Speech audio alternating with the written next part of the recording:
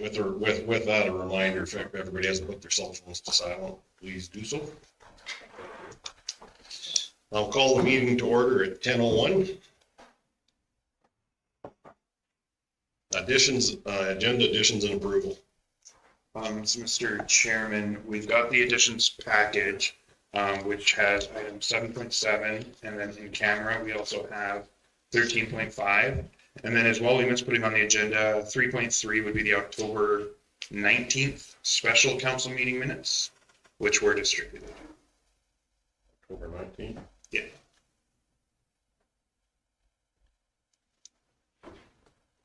You had your hand up, Councillor Nyberg?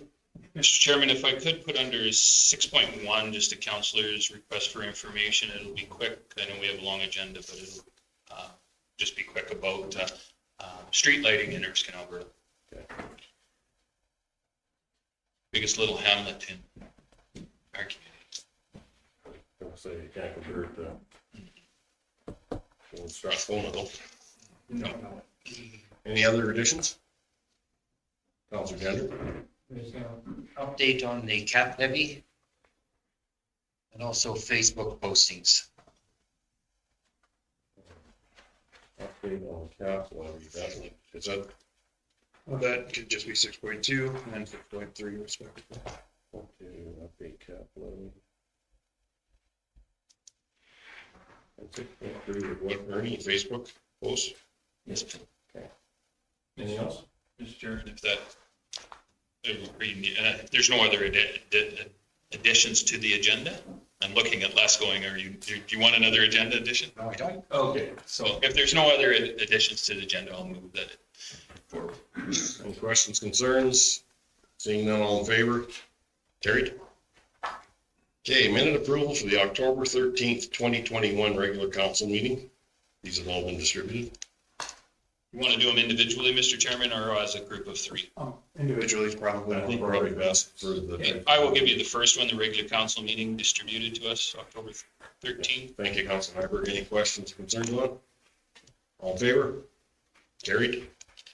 October 25th, 2021 organizational meeting distributed. Councilor Stuhlberg, I'll move that meeting minutes be accepted as presented. any questions, concerns? All in favor?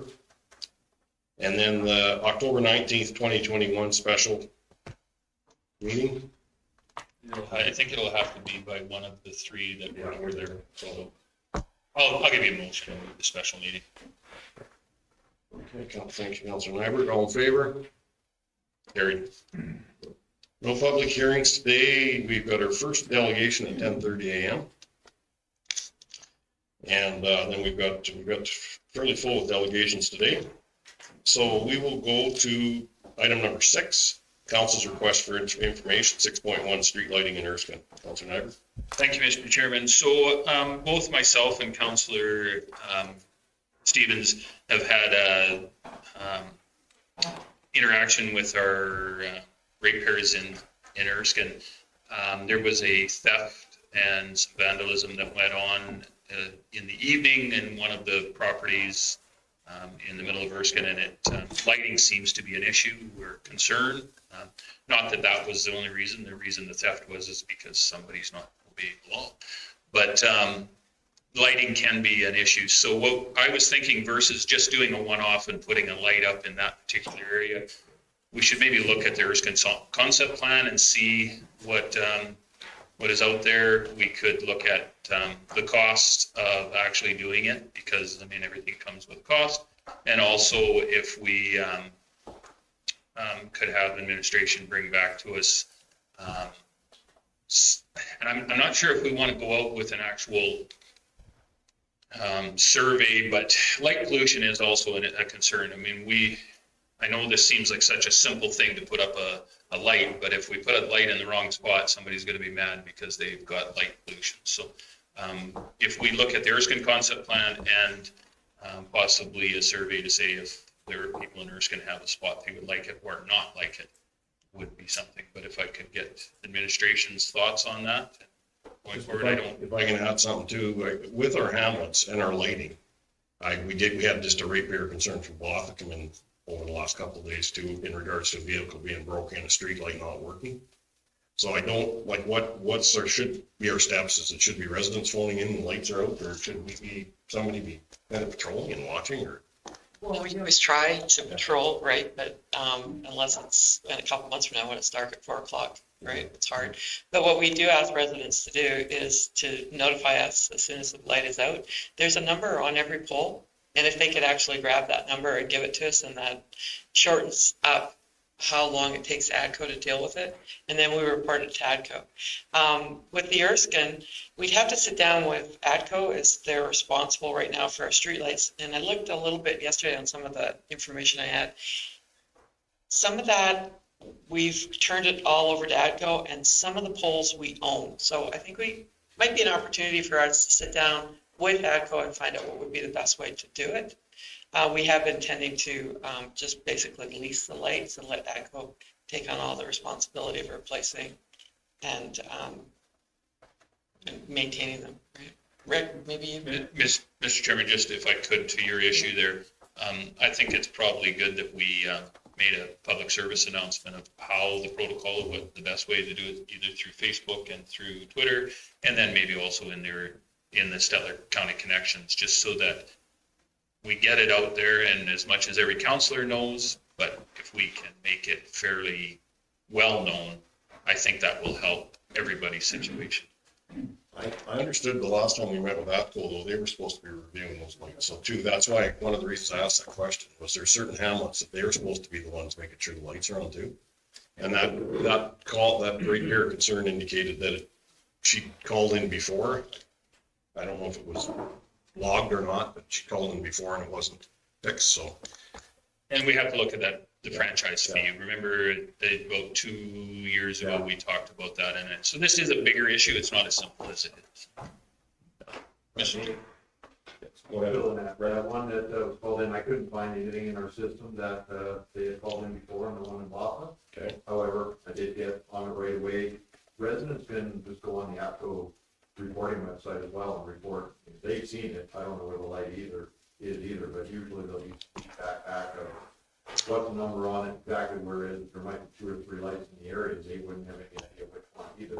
Although my feeling is they should go look at their infrastructure and be able to manage it themselves, right? But anybody can go on the website and log the concern that there's a light out.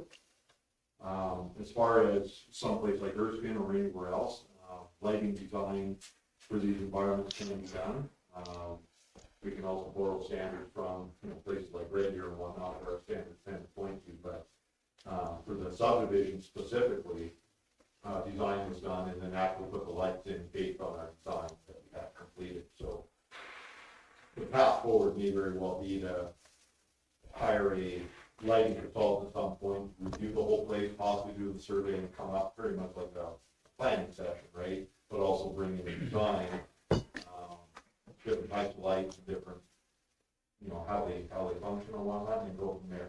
APCO, a little bit less on the, you can have what you want, or you don't mind paying for it. Right? And to that end, so, I mean, this might be something tasked with also addition to our crime prevention board, because CTEP, right, is that's environmental design for, or criminal, what is it, what does CTEP stand for? Criminal deterrence for, with environmental design, so. That's that study on farms too, so. Yes, and I do think once we get whatever together is, we should try to get it out to people so that they understand. And also if any of the other hamlets, if there's really dark spots, that they're the This ones. could be our poster child or test subject. I think the security is important and the crime prevention, but of note in Erskine is the amount of night use at their outdoor rink and curling rink, and it does kind of pose some safety hazards with the amount of children walking and adults from the curling rink in these dark areas. That parking lot is not well lit, or the street in front of it. Go ahead. Something to think about as well is, the technology and solar lighting and things like that. They don't seem to be charged. I don't know what's going on. It's not coming on. Turned on. That's right. Both of them. I guess I don't have. Just the magic touch. Oh, bloody hell. Okay. Anyways, there's lots of technology in solar these days as well that, you can add a light here and add a light there and have it look after itself quite a bit. The street lights for crosswalks that we're putting in Erskine right now, those are a solar powered thing that communicate via, I think, long range Bluetooth, if I recall. So, there is other things we can do, and we can go straight to the local suppliers that way if we want to as well, rather than necessarily ATCO to get things like that put in. If there are hotspots and whatnot, if we want to look at different things as well, or add things to the building if it's a curling ring, for instance, right? Council Stolby?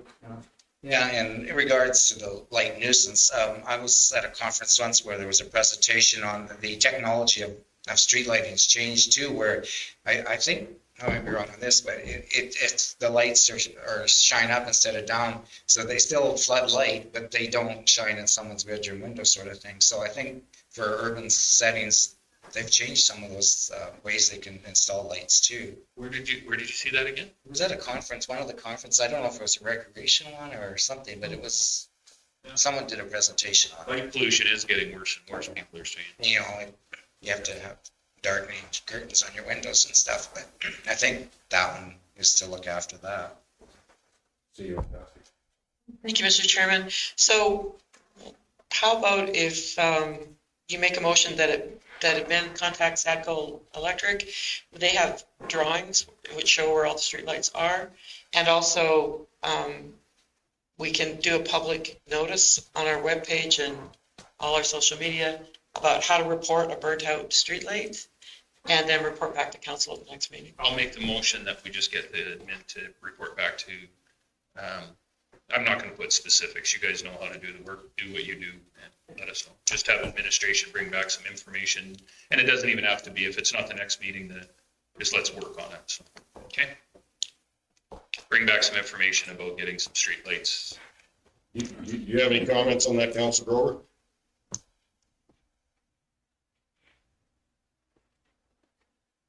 You can leave it on mute.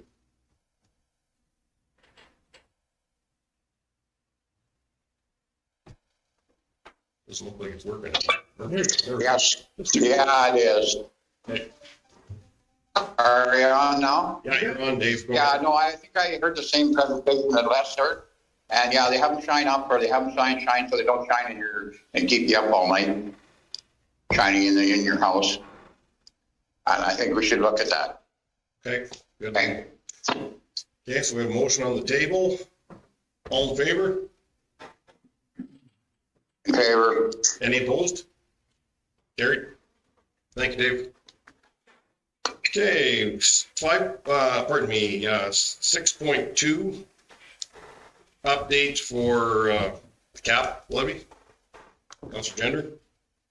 Just requesting from administration a little bit of update on it, whatever they are allowed to put out to us as information, whether we can ask on who pays, what amount, that sort of thing. So we, as directed by council, a few months ago, we initiated an audit or a notice of inspection across all of our gravel operators. So the deadline for responding to that was last Friday. We got responses from most operators. We had one operator that went to the wrong address, and we just got that information corrected, and they're going to work with us to get that in right away. And then a couple or three operators, I think, that haven't responded. So we'll need to either get in touch with them or initiate a court process to compel the production of those records. And beyond that, we could potentially bring back more information, but I don't have it at my fingertips here. Is that kind of what you're looking for, Councilor? Just on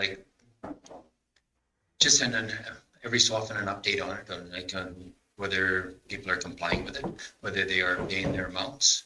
Just keeping updated. Yeah, it would probably tie well into budget if we could bring in an update through budget planning. So that you guys, because this was for 2020 was our first year of running with the cap levy. And having that sort of 2-year picture might be nice to see as to what revenues you can expect and what project you can bake to that. Because that was the intent of the cap levy, was to support infrastructure projects specifically. So, I think that's probably the most appropriate venue if you agree with that. That's the intent of any cap levy, isn't it? Is to. Actually, some cap levies, in fact, the aggregate producers of Alberta encourage cap levies to be tied to recreation. Oh.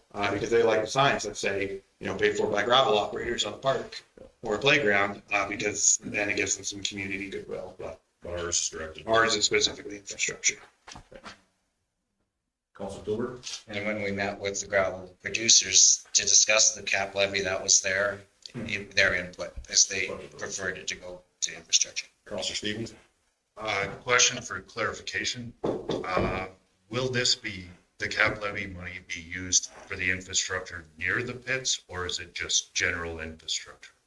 It's Clarification. council's discretion, but some of the planning sessions we've had in the last number of months have sort of picked some projects that are, more resource road based. So Well, that would be the Scholar, like the the Scholar. Scholar Road is an example. With all gravel trucks on it. Oh. So, Larry, can I talk in a minute? you betcha, Councilor Grover, go ahead. Yeah, if everyone else is done. Yeah, this is my area. Yeah, the Scholar Road is a prime example, Justin, where this money from the pits go, and what it was taken for was where we put dust control on that Scholar Road going north, which is a haul road. We turned it into a haul road, same as, the Fan Road. We're not going to get $1.2 million to refurbish it like we did here this year, but it helps with infrastructure. If there's a heavy gravel haul, no matter where it's at in the whole county, if they break the road up, it's to refurbish the road back to a decent standard so that all the ratepayers can use the road. Thank you. Councilor Gender? This one, okay, I believe the Fen Road, we got some grants for that one, but we also had to put something into it, did we not? Yes, we did. We got the grant they gave out during COVID. So we used that. It was $660,000. And so the rest to complete the overlay from 835 to 56, we pulled it out of reserves and use any cap levy revenue we have for this year.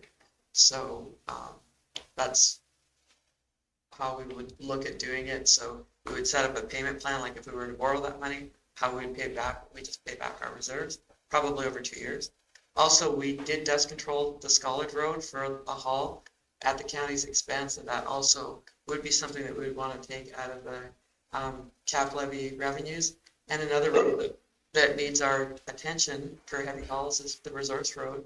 It's lacking its last level of pavement and needs to be done before we lose the base on it. And that one is used substantially by all gravel haulers to go around. Yvette should explain that to where the Resource Road is to Mr. Stevens. Yeah, yeah, he knows, yeah. It's a connection. Oh, that's good. Okay, Head of the game then. Andrew? I just wanted to point out, as Yvette lists the numerous projects and numerous resource roads we have, the cap levy is spent long before any of them. It's not making it to the lake. And I guess one other thing on that too is Councilor Grover, you talked about the heavy hauls on some of these other roads to bring it back into shape, but that is part of our road use agreements, the bonds on those. That's roads right. also. Yeah, we have a road use agreement with every hauler. That goes back to them too if they damage that road, so. You okay with Councilor Gender?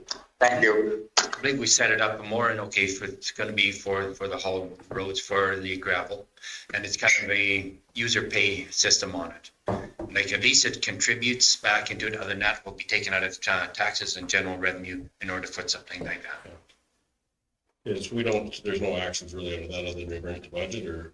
Yeah, if you just want to direct administration to bring it back at budget time. Do that, Councilor Gender? Just direct administration to bring it back at budget time.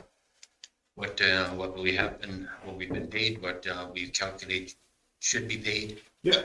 And then you can also, if there's a large discrepancy between what has been and what should be, you guys can set direction at that point through budget as to what enforcement looks like. Super, thank you. Okay. That's good. Yeah, just a vote. Okay, okay. Do we have a motion on the table? Questions, concerns on that? All in favor? Favor? Carried. Okay, 6.3, Facebook updates, Counselor Gender. I guess it was brought to my attention from our last MPC meeting of where there were concerns from ratepayers that one member had to kind of take off. Anyway, so like I'll just read some short little things that were kind of stated. The one person says that the meeting started at 1 o'clock, the individual left at 2 o'clock, and their sharing shows that the taxpayers had to fork out $200. And he's saying that he claimed half a day, so at the end, the explanation was wow. And another person chops in and says, well, half meeting, half day, you'd think, sort of thing. Or another one states on maybe an hourly rate, or maybe not even attending the meeting at all for its entirety. Another one says paid by meeting or half, not hard math to do. There's another ratepayer that sent in something that along the line that he had voted to not reduce his pay. But the same individual had also had a residence and not had applied for a demolition permit for it. And he had also put buildings up without a permit. So I just find that someone that is talking on one side is not really putting himself into the same recollection on there. So I just find that on the Facebook, there's another person that was said, okay, being the devil's advocate, okay, maybe people should maybe get a little bit more information.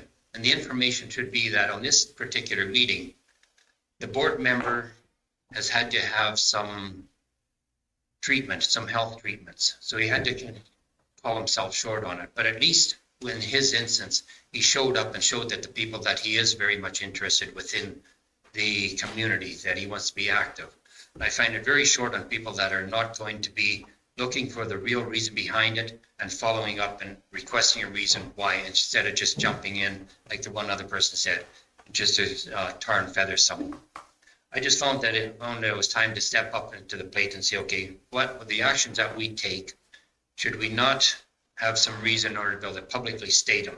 And on this instance here, we have a member that has very much health issues, and I will have to side with him that he is for the betterment of the community. That's my spiel for now. Thank you. Questions or comments? Councilor Silver? I think sometimes you can think Facebook and put too much into it. I mean, if people have a concern, I mean, they can always write their concern out in an email or a letter and send it to council. But I don't think I think we can overdo Facebook sometimes. I think if it means that much to them, that that big of a concern, they should express it in the proper form, not just Facebook. Larry, I'd like to speak to that. Go ahead, Councilor Grover, and then Councilor Stevens. It was me. I did. James, how long did that meeting last after I was gone? Most important stuff was done. I had an appointment that I'd been waiting for 5 months, and I basically had to make the appointment. I usually don't cut meetings short. If anything, I'm there way too long. And I think over the years, I've done my job. So that's just my spiel. That's all. Thank you. Councilor Stevens? I'd like to just add that if people are writing concerns on Facebook, I don't want to control what they write. We can't control that. But I would like to encourage anyone to reach out to your counselor. Sometimes there is backstory, sometimes there is reason why things happen the way they do. So what you want, I can't control that, but reach out to your counselor. Perhaps there's an explanation. Perhaps there's a reason why things happen the way they do. Thanks. Thank you, Councilor Stevens. Councilor Rangers? I typically find that within, say, the members in here, if you want to respect, show respect. But if you start disrespecting someone from the start, it's a hard hill to climb then. there's also the fact that you can, the ratepayer concern can take those things too. If somebody has nowhere else to put them, they can put them there. If there's a concern like that, that's what it is. It should be on roads and stuff, but I mean, for transparency, it's definitely there and we all see the question. Any other questions on that?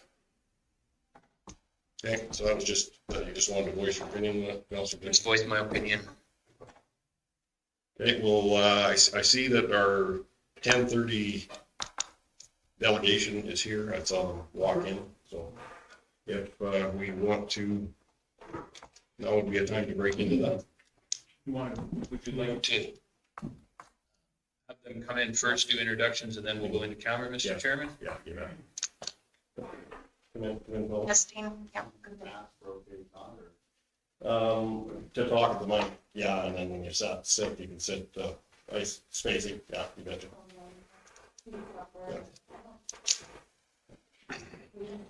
Over there, and whoever's speaking can go right to them. Okay, well, we'll. No, it's on. No, it's on. It just flashed, but we'll try. Okay, well, we'll start our introductions with Nikki. Nikki Thorstensen, Director of Communications. James Nyberg, County Councillor, Erskine South Warden. Good morning, Les Julbert, Counselor, by Morandier. Justin Stevens, Counselor, Erskine Buffalo Lake. Paul McKay. Dave, oh, go ahead, Paul. Sorry, Dave. Go ahead, Dave, you're in. Dave Grover, I'm on Zoom, Big Valley's counselor. Paul McKay, Denard Red Ward. Any gender, Sadler Ward, good morning. Nick Cassidy, CEO. Larry Clark, Bothell Gadsby, Counselor in Reeve. Andrew Burshak, Director of Municipal Services. Rick Green, Director of Operations. Hey, everybody. My name is Keith Wilson. My brother Doug Wilson. We're here on behalf of Paradise Shores. What we'd like to ask for is a tax break due to unforeseen circumstances and the fact that we're not able to generate any revenue. We're committed to try to get this project going forward. Now it's just my brother and I. Yeah, we're gonna go on camera for this, So we've got that context now. So, Mr. Chairman, I would like us, for the benefit of everybody here, I'd like to take us into camera right now. all in favor? Carried. Favor. And Mr.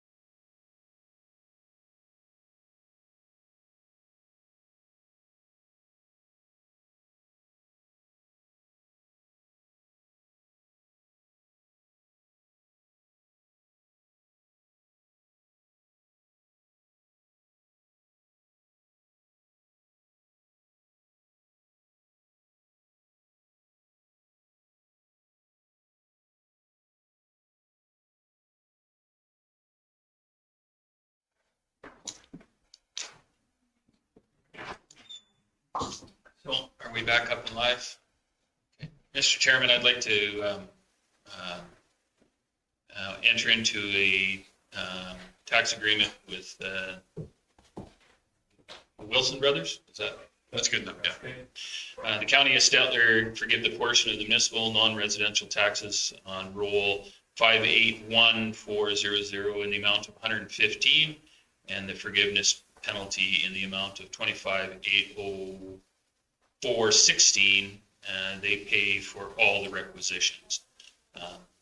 And requisitions amount, Sharon had that? 46,858.96. You got that? Sharon, or Marlene, you've got that? No, I missed that number, please, Sharon. 46,858.96. We're good now, Marlene? Any questions or concerns? Councilor Gendry? Thank you very much for the road allowance. Much appreciated. I think it benefits. It's us all, like, because we're building a property there that will greatly benefit us too, so. Thank you, neighbors. Council Stolberg? I think just for the benefits of the people watching in Zoom, the discussion we've had with the developers is they're willing to continue on with their development. They run into an unforeseen snag, and in this county, we have worked with developers in the past to ensure that development is successful in the county. And in the past, we have given tax forgiveness. So today, we're making a motion to do, as we have done on some other occasions, is to make this motion to give some tax forgiveness on this project because of the unforeseen projects. And I guess in appreciation that the emergency access road was granted from these developers when they didn't have to, but they were sincere about being a productive part of the community. And I mean, that was a major benefit to the South Shore region of the county of Buffalo Lake for emergency access. So there is more than one access route out. So, I mean, that has been duly noted as well. And not to put the Wilson Brothers on the spot, but I'm sure what we discussed about writing a check for what was there today, so that would be cleaned up as well. So anybody out there who knows that we have that agreement in place, we appreciate that too. Okay, we have motion. Any other comments, questions? Not, we have motion on the table. All in favor? Carried. You might want to check with Mr. Grover. Is Mr. Grover off mute or? Sorry, Dave, you'll just have to mute. You're in favor. So- You're in favor? Okay, carried. There you go. Thank you. Thank you, gentlemen. Thanks, Phil. Thank you, council. Have a good day.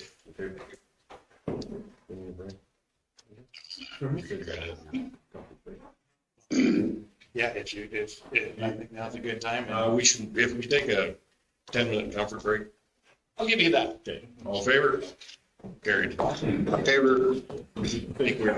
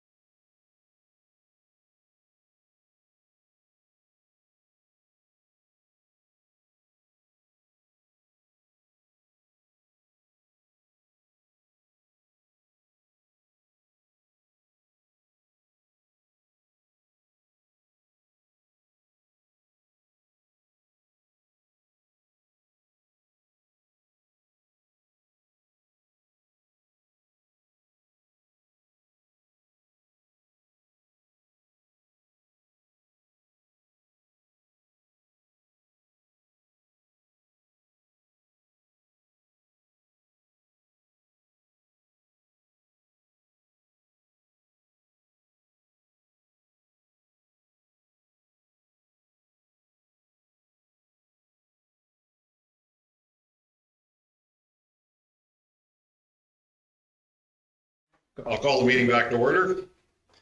We will go into new business. One thing we need to do at lunchtime is take a look at the gravel samples that Mr. Green has brought in, and then we will discuss gravel after lunch. But it would give us everybody an opportunity to look at the different samples prior to us having that discussion. 7.1, request for decision, water line hookup, page 5 of the package.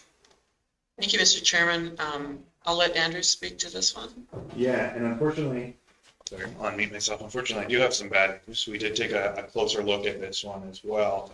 And the connection point that we would have to go to is not 650 meters away. It's about 3 times the length. So we're looking at about 3 times the course. Yeah, we looked at it from both ways. There's maybe, a few dozen meters you can shave off. There's 2 directions going into this site. So we're looking at closer to $120,000 for a hookup fee for this, or a construction cost. And we can only collect the $15,000. Past requests of this nature, council's typically deferred the consideration to future strategic planning or future water planning. And we add them to the map, but when they make a request, we always bring it forward to council so you guys are aware. Councilmember? Just in the future, if we could, with water line hookups, could we get a map to go with it as well? I know we have the Southwest 4 3516, but we used to have our little maps that we used to hang out here, and I could find them. Blame COVID. I know, but we can wash them. Yeah. Yeah, no, I apologize. I should have put a map on this. I typically try to on that. I guess just for, if I may, for a quick reference, this quarter is located right on Highway 589, about midway between Bymore and Endiang. Is there any other possibility of extra hookups with this? There's a farm across the road from this one, and there's farms down the road. It's kind of unfortunate that this main line couldn't have paralleled 589 because there are farms along it, but it didn't. Right. And Mr. Chairman, if I could, I think this county is wanting to do everything we can to bend over backwards to hook people up to water, but our biggest constraint is financing. Councilor Jenner? Yes, I was maybe fortunate or not fortunate. We were the ones that put in the water line in there. So off to the west, coming up the road allowance, there's a 3-inch line, and it just come to an end. And then after that, they ran a 1-inch line from there over to the residents of the place called Fast Now, which would be probably about 1/3 of a mile. So whether there's any opportunity to hook onto that 1-inch line prior to, say, like the meter vault on that private land, or to get an agreement, that could be a dicey one in there. So I had to phone up Randy and mention, like, from what I had experienced in the past, that the 650 meters may not really be the right one. We do have other requests coming in too for water, which I think we maybe need to bring into our strategic planning also. Councilor Silver? I will make that motion that we do defer this consideration to when we do our strategic plan. It'd be nice to get as many hooked up throughout various areas of the county, but I don't think we're really prepared today to decide where those locations will be. So, Councilmember? Could add to that. Could we also send back an encouragement letter that if they could get some of their neighbors to sign on and explain to them what our situation is? Sometimes the best salesman of this would be your neighbor or your, in some cases, family, right? So if there was, you're sitting around the coffee table and you're talking about it, hey, if you join, maybe we can get this happening. So. Another thing, if anybody is having discussions with people on this, is the one I just had in North Gadsby area last week. He had tried to drill a well and said, don't think I'll do another one, but these systems still we need to look at the fact that they do need a cistern. So if they suggest about putting a cistern in, right now it could be hauling water to it, but when we do get the water line past them, it would be a system. We just have to tie the water line in a level controller that they would supply, and then they would be fully set up. So that's what I encouraged the person in my area to. I said, because you're not gonna have it right now. I can tell you that. So I think they're gonna put in a 2,000 gallon cistern and then work from that. So it starts them down that path, and if they're drilling where there is no water. You know anything about that? I certainly do. Unfortunately, you do. Yes, I certainly do. 9 of them. Any other questions or comments on that? So council would like us to take this to strategic planning and with a letter stating that, and also encourage them to see if anyone in the area is interested in hookups. Yes, and with that, we can update that map that we can all be looking at and then decide if we have to do blitzes to talk to other areas or anything else to do with that. So we have a motion on the table. All in favor? Carried. Councilor Grover is on mute. Do you hear us, Councilor Grover? I'm in favor. You're in favor? Okay, yeah, carried. Yeah. Okay, 7.2, request for decision, Union Hall request for recreation reserves, page 7 of the package. Thank you, Mr. Morning, Chairman. everybody. Oh, Lorraine's here, and I'll let her. Sorry. No problem. Good morning, everybody. Yes, Union Hall is requesting additional funds to keep their facility operational. Due to COVID pandemic, they've been unable to host their annual fundraisers, and as a result, their finances are depleting. They've received their yearly amount of operational assistance from the county, but they can benefit from some additional money to keep going into 2022. The volunteers at Union Hall are providing yard and hall maintenance at no charge to keep the expenses down, and they're not anticipating any major upgrades or capital funding requests from the county. They've submitted their financial reports for 2019, 2021. Of course, in 2019, they had a surplus of 400 after fundraising, and in 2021, totally different picture with a deficit of nearly $2,400 worth of expenses projected by year end. Talking to the representative from Union Hall, they feel the $1,500 from the county will assist them to keep going until they hope to do a fundraiser in the spring of 2022. So the recommendation is the county Stettler provide financial assistance for Union Hall in the amount of $1,500 to assist them until they can resume normal operations or deny their request for additional funding. Councilor Nyberg? Go ahead, Mr. Stoll. Councilor Stewart? Okay. I'll make, if you, I'll make a comment then.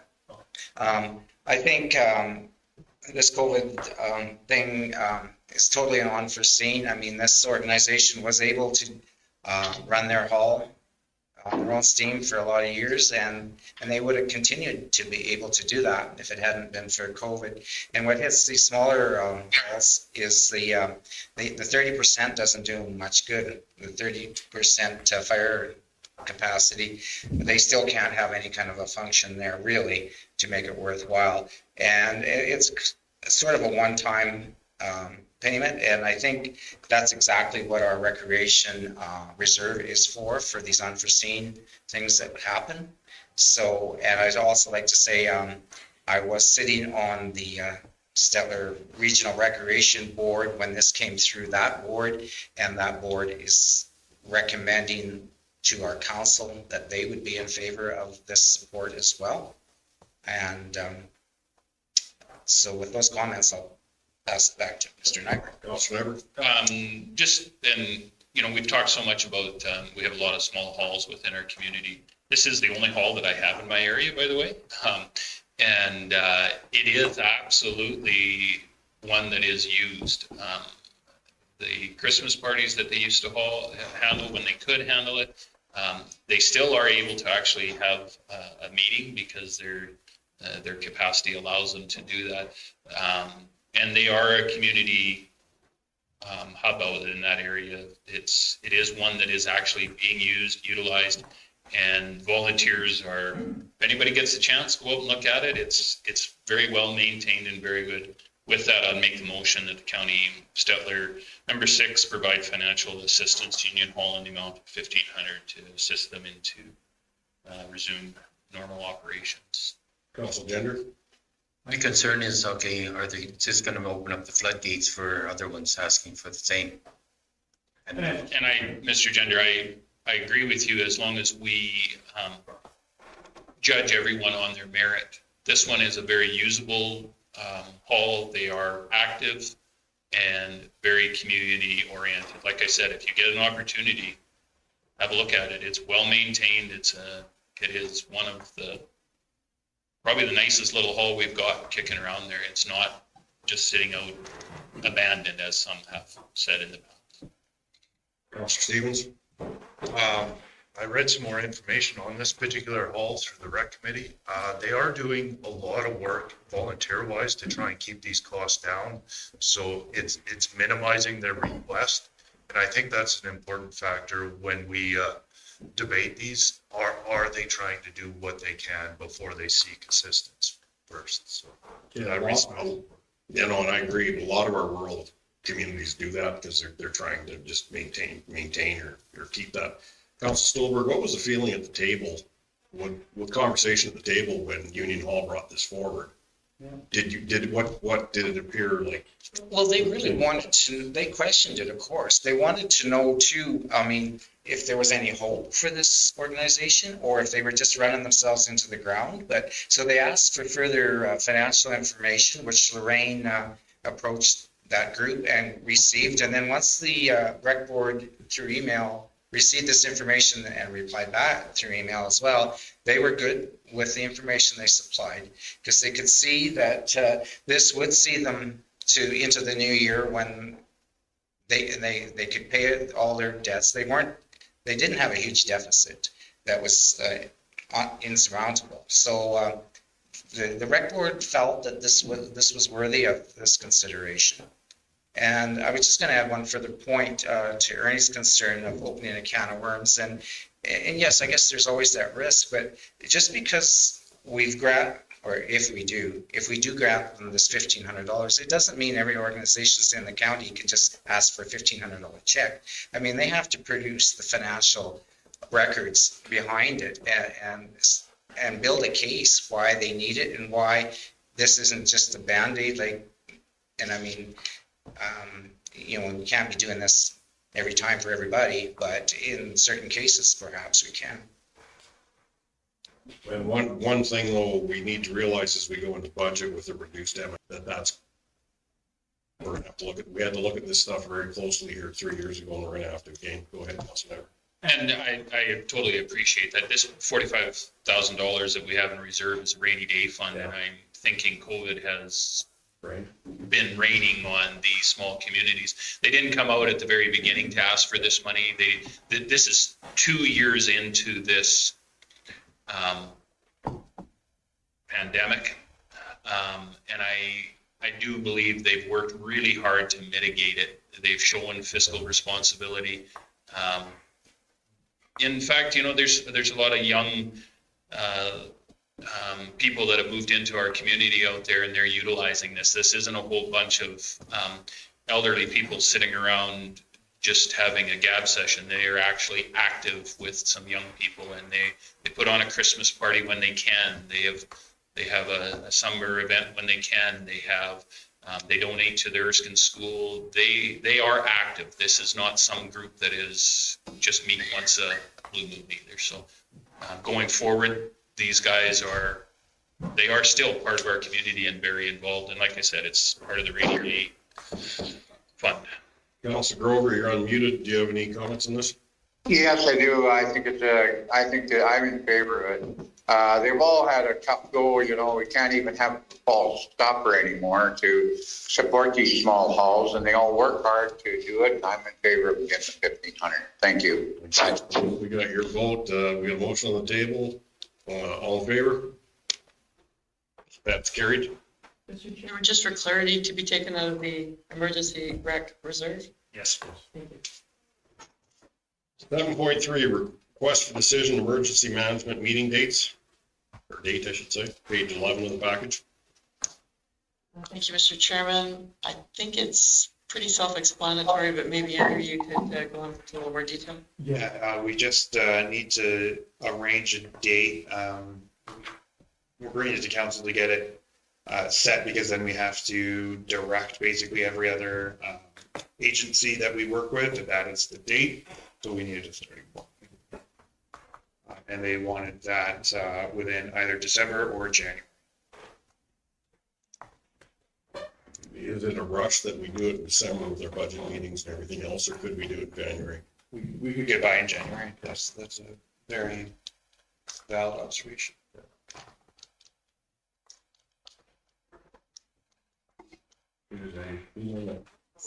I am about to release December 1st and 3rd from your tentative budget schedule and just hold you to the 6th and 7th. So the 1st and 3rd are potentially free Thank you. for your information. So I hear 2 dates that you've already been committed to, and they make this quicker. What days of the week are those? I still think January might fit better because we do seem to get a lot of, some meetings pushed into December, whereas we're trying to work through that budget cycle. What are your thoughts, CEO Cassidy? It's full of example. Who is on that, Well, one meeting includes all of you, and then the other one includes the 4 members that were appointed to the board. Or committee, sorry. remember who was? You can look it up. Yeah, I believe it's Councillor Gender, Stevens, Clark, and Nyberg on emergency management. Okay. Oh, did I get on there? Yeah. No, It's because you weren't in the room. Yeah. No. No, I said that. We gotta check, because I can't remember what that motion went with. We'll have to I look. think that's what it was, because there were no eager volunteers. I believe you ended up making that motion. Okay, voluntold. But it does come down to the fact whether it's December or January's meetings. Yeah. I can make whatever. Thursday, January 6th, or perhaps the 13th, maybe give us a bit more breathing room. I think that'd probably be better. Take for staff to be back. I'm kind of with Reeve Clark on this one. I think we get a lot of extra stuff in December. Maybe better to have this one in January. Emergency Management Committee is made up of Councillor Stevens, Nyberg, McKay, and Reeve Clark. Who made that motion? Okay, so we'll do. I thought I made a motion, I wasn't on We've got those dates on there. Can we have a motion to put it to that time? I'll make the motion that we have the emergency management meeting in January. And did we want to set the date already? January 13th. January 13th, yeah. Okay, Thursday. 13th and 14th. And for both of them, we could probably hold them the same day. Okay, you betcha. Good. Okay, any questions, concerns? All in favor? In favor? Carried. Request for decision, Shirley McClellan Regional Water Services, 2022 budget, page 12 of the package. So we do this every year. We had a Shirley McCollum meeting last Thursday. The budget is pretty well status quo, except there is a 4% increase to the water rate. So it goes from 265 to 269, which means we'll probably go in and bring forward a new water and sewer bylaw in January to reflect that rate change. Do you have anything to add? No, that basically covers it. There's a little bit of capital infrastructure upgrade, or replacement, for chlorine analyzers and some pump windings for the east leg in that budget. But otherwise, it's pretty well status quo. Council Dandridge? It's showing that in 21, 22, that the debentures, that it ends. Sorry, that's an oversight. It starts in 21 and 22. Yeah. Oh, no, that's the revenue. Sorry. We recognize the loan revenue in 22. It was originally budgeted in 21, but the project wasn't completed, so we don't debenture until the project's completed. So we've carried that budget forward in 2022. That $220,000 revenue is the money we get in from the bank loan. It should show in 23 through 25, but we don't know the rates yet. What the interest payments will be coming in from the member municipalities. So every member pays that loan payment every year, and we recognize the revenue of the interest in this line and the expense of the interest, and then the principal only hits our cash flow.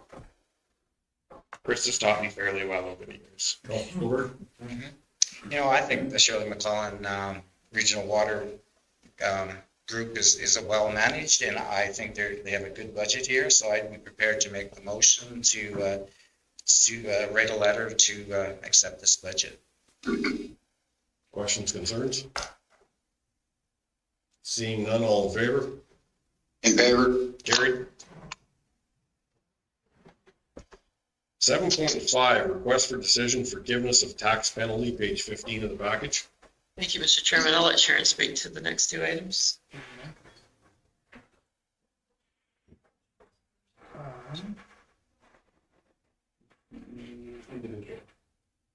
It's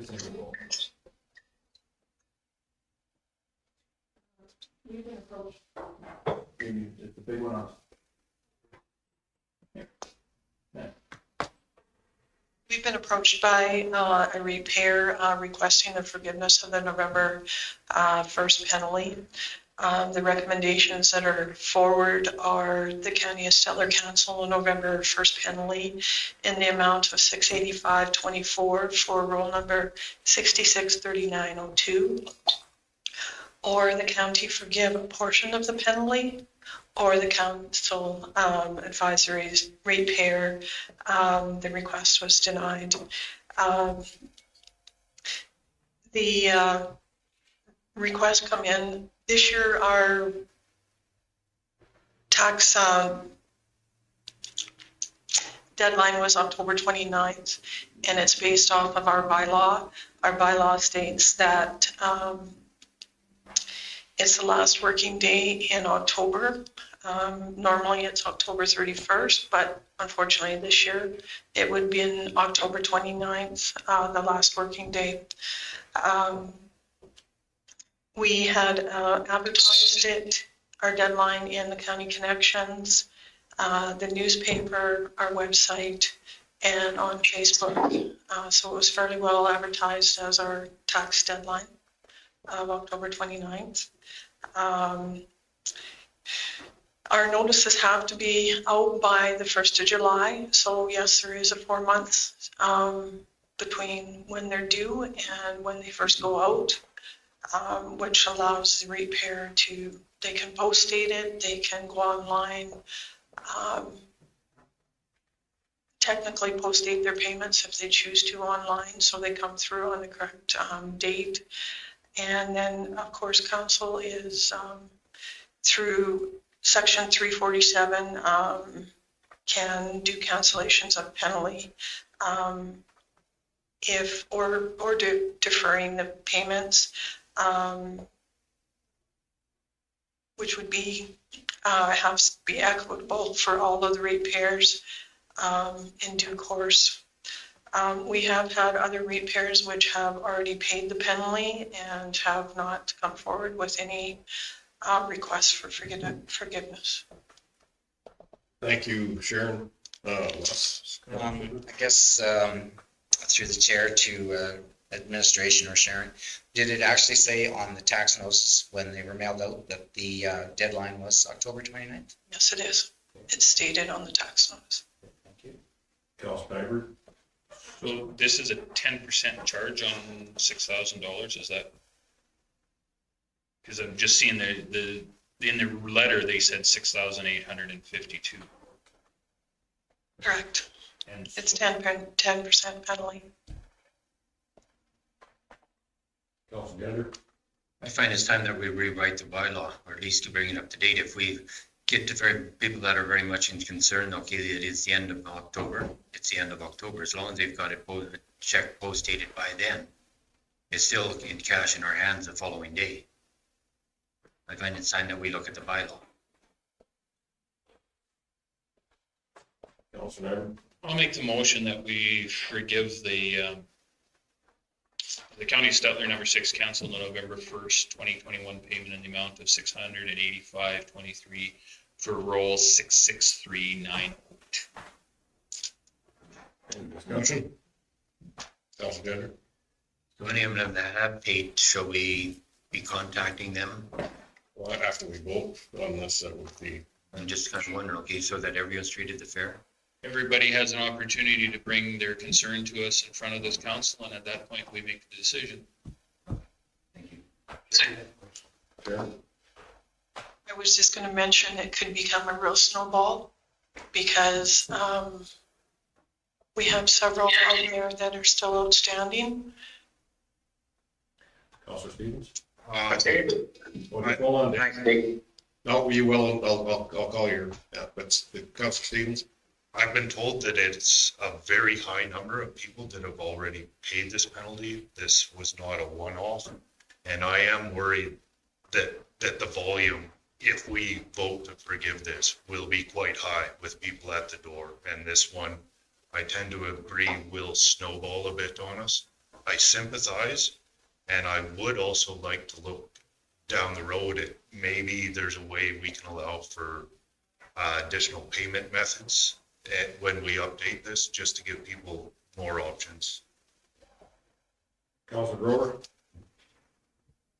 Yeah, I don't know, we've forgiven this before, the ones that were wrote out on the weekend and cashed on Monday, but whatever the majority rules, I guess. That's all I got. Counselor Stolberg? No, nobody wants a penalty, but on that hand, we can't forgive forgetfulness because, I mean, they had 4 months to pay. Most checking accounts draw no interest. I can't see the point of waiting till the last day. And if it's even drawn from a savings account, interest is so low today that it'd be only pennies. So I can't see the advantage of waiting till the last day. I mean, it was clearly stated on the tax notice that the deadline was October 29th. If it's postmarked before the end of October, that's okay. But if it's just in cyberspace somewhere, that it just, I'm sorry, it just doesn't cut it. Councillor Nyberg has made a positive motion here, but I'm really concerned that this is going to open a can of worms, and we're going to have a lot of forgetful people with a lot of excuses that they forgot to get their taxes in before the October 29th deadline. But I'm sorry, I don't think I can go there. Counselor McKay? I do believe that a bylaw is a bylaw, and it should be looked into to accommodate, as Councillor Gender had pointed out, that to the end of the month instead of the last working day. But it is in the bylaw, last working day, so it is what it is. Okay. There's lots of comments on this. We have a motion on the table to forgive the amount of $685.23. All in favor? Counselor Gender in favor. Counselor Grover, where are you at? Opposed. Okay, all opposed? So opposed, 6 opposed. Counselor Gender was in favor. So defeated. Okay, another request for decision, forgiveness of tax penalty, 7.6, page 18 of the package.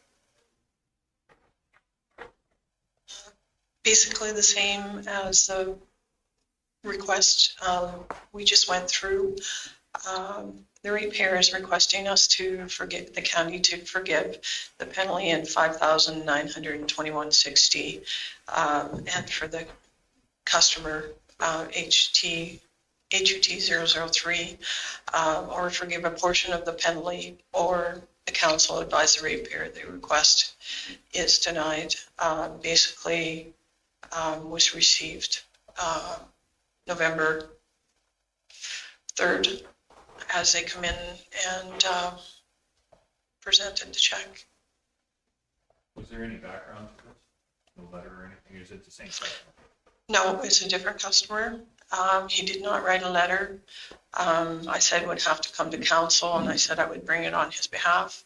I think he did not write a letter in regards to. No, he was at the front counter. Thank you, Chair. Councilor Gender? So this individual, did they bring the check in on Monday, or was it a post-dated check? Brought the check in on Monday. So if a person wrote out the check dated for the October 31st, then you're okay?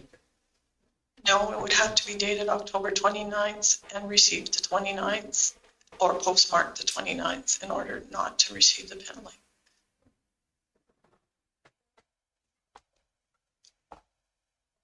So it was not postmarked? They come in on Monday? They had delivered it Monday, yes. You never had it in hand? Right. They just delivered it on Monday. So that would be the same thing. They had it in their hand and delivered it to us on Monday the 1st.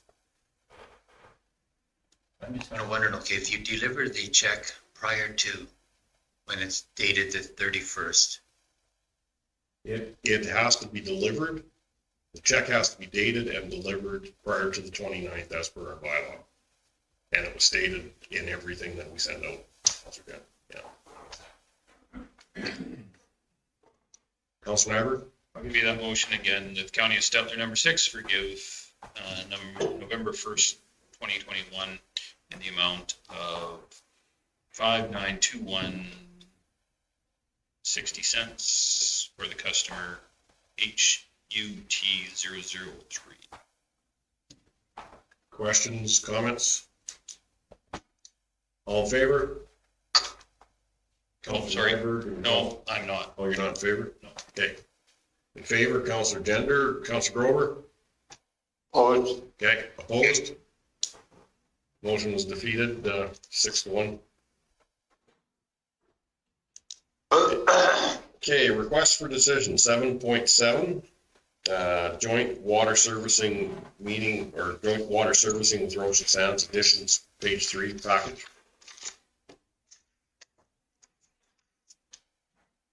Thank you, Mr. Chairman. So Andrew and I met with Mayor Dan Heller and the CAO Melissa for Summer Village of Ocean Sands, looking to explore the options with the Shirley McCollum line going into Ocean Sands next spring about upgrading the Buffalo View Estates Reservoir to be able to service additional properties from there. We're looking for how, if you wanted to put this through the intercollaboration committee meeting agenda, or if all council would like to meet with all Ocean Sands Council and discuss this. Thoughts?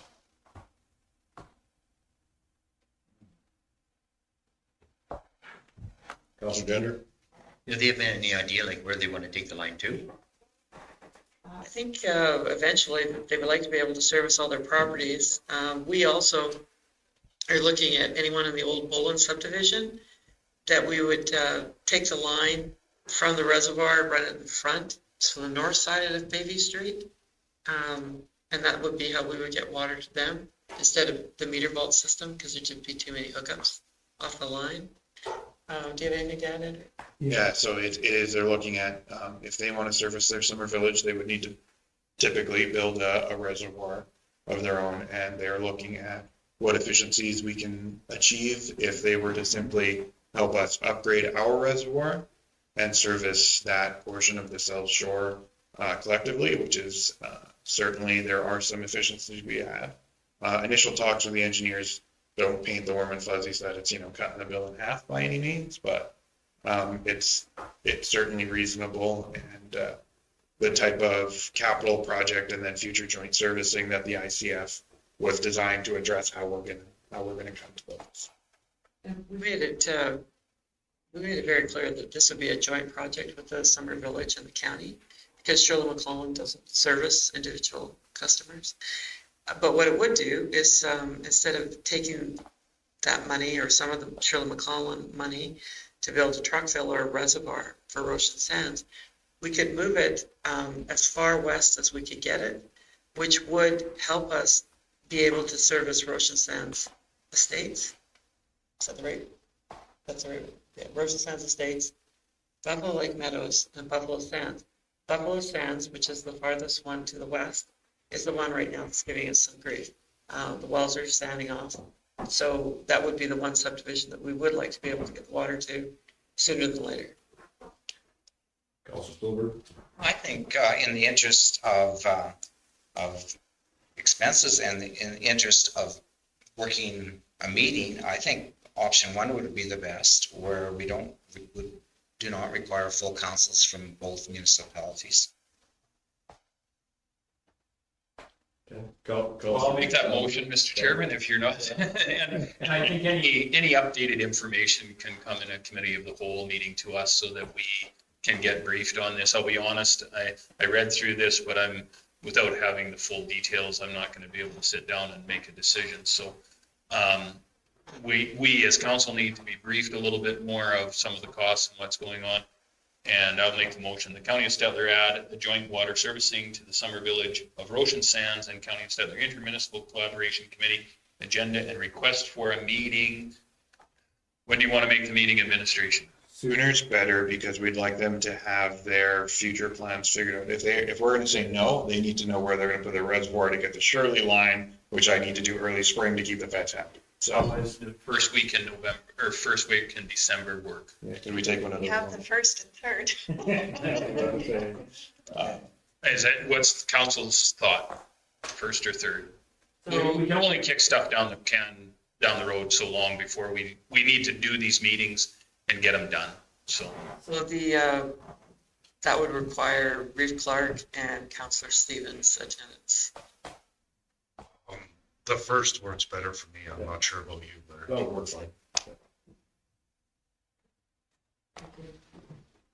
That works for you guys? It'll, yeah. All right. Okay, any questions or comments? All in favor?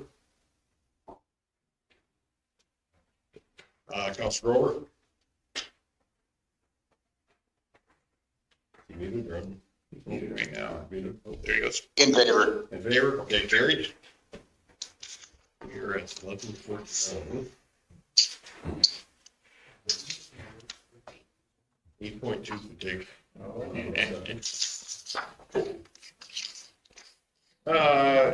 Actually, we talked about the gravel piece earlier, so actually, if we recess for lunch, we could review those samples of gravel right now and then be back.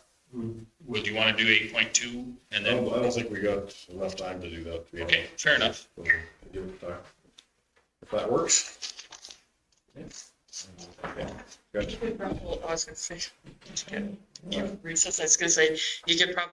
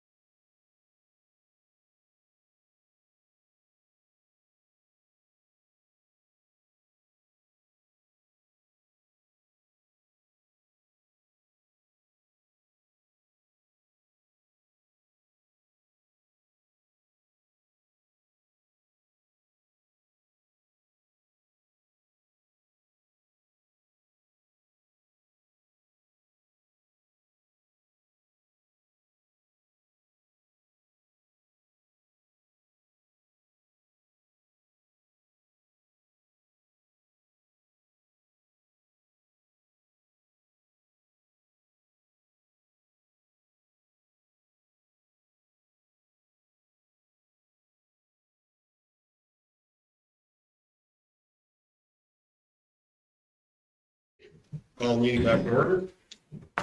When we broke it up, we were looking at gravel samples, so 8.1 on our agenda is memo re-gravel, page 20 of the package. Thank you, Mr. Chairman. So we added this to the agenda because during the election period, there was a lot of concerns and complaints raised by ratepayers about the graveling, what had happened, and what plans the county had. This is an opportunity for you to review the direction that we've been going and to make any modifications to it or reaffirm it or stop it dead in its tracks and change course. But we wanted to bring that forward today and give you the opportunity.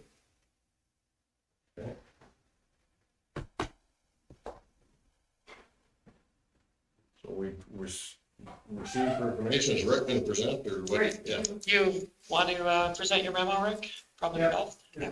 If you want to hear more, can I assume everybody's read it at this point? So you got the basic idea. I don't have to read the whole thing to you, okay? Give us the Coles notes for the people in the seats at home, please. Right, so one of the things to remember, I mean, as long as I've been here, which is going on 10 years now, I've heard comments and concerns raised about the performance of our gravel on the roads, lack of rock in our gravel, which led us down a path in a lot of cases to trying to do more about getting the road shaped up, getting a structure into the roads. And we've been doing that largely under the direction of council, who's been challenging, Public Works largely and coming up with solutions to move a little faster, get the roads into shape faster. It's pretty much a constant conversation over the last number of years.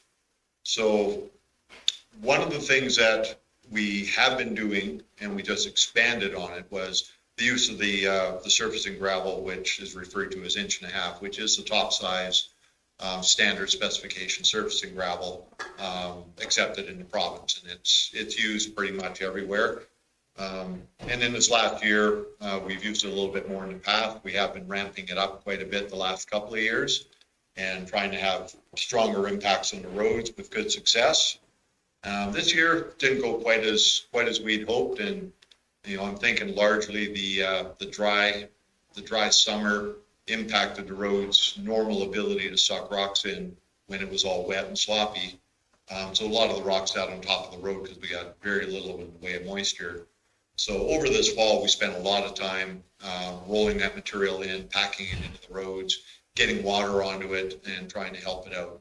The roads we have worked on have come up very well. Note one email there that we just got a comment from a ratepayer there about the condition of his road that I think most of you have gotten now. Was one of the victims of the let's get it better and start working on it. So going forward, our new gravel specification that we put to you this year will be a 1 inch primary top size gravel, which is a little bit bigger than the 3/4, which was our normal gravel before. And obviously we're going to move to the use of the 1.5 inch more on what we call patching and stabilization areas, rather than widespread surfacing gravel, because it does come with its challenges. Personally, I think we're going to find most of it sucked into the roads this spring if we get a normal winter. That said, things are dry out there and it may not happen. So we'll just keep trying to work it in and get things traveling a little more smoothly. One of the things I do want to talk to you about, number one, is confirming that you want us to continue forward with the 1 inch spec that was previously approved. I've showed you the gravel samples of gravel that we've had produced in the past, either through contractors in our pits or contractors supplying us gravel from their own pits. And I've showed you samples of all that stuff that we've been keeping, as well as a sample of the new gravel that we're just started producing under the new spec this year. And you can see visible differences in it, and I'm expecting quite a bit difference in the way of performance. The things you will notice is we're getting more rock, obviously, in the new spec. We're getting more fracture faces.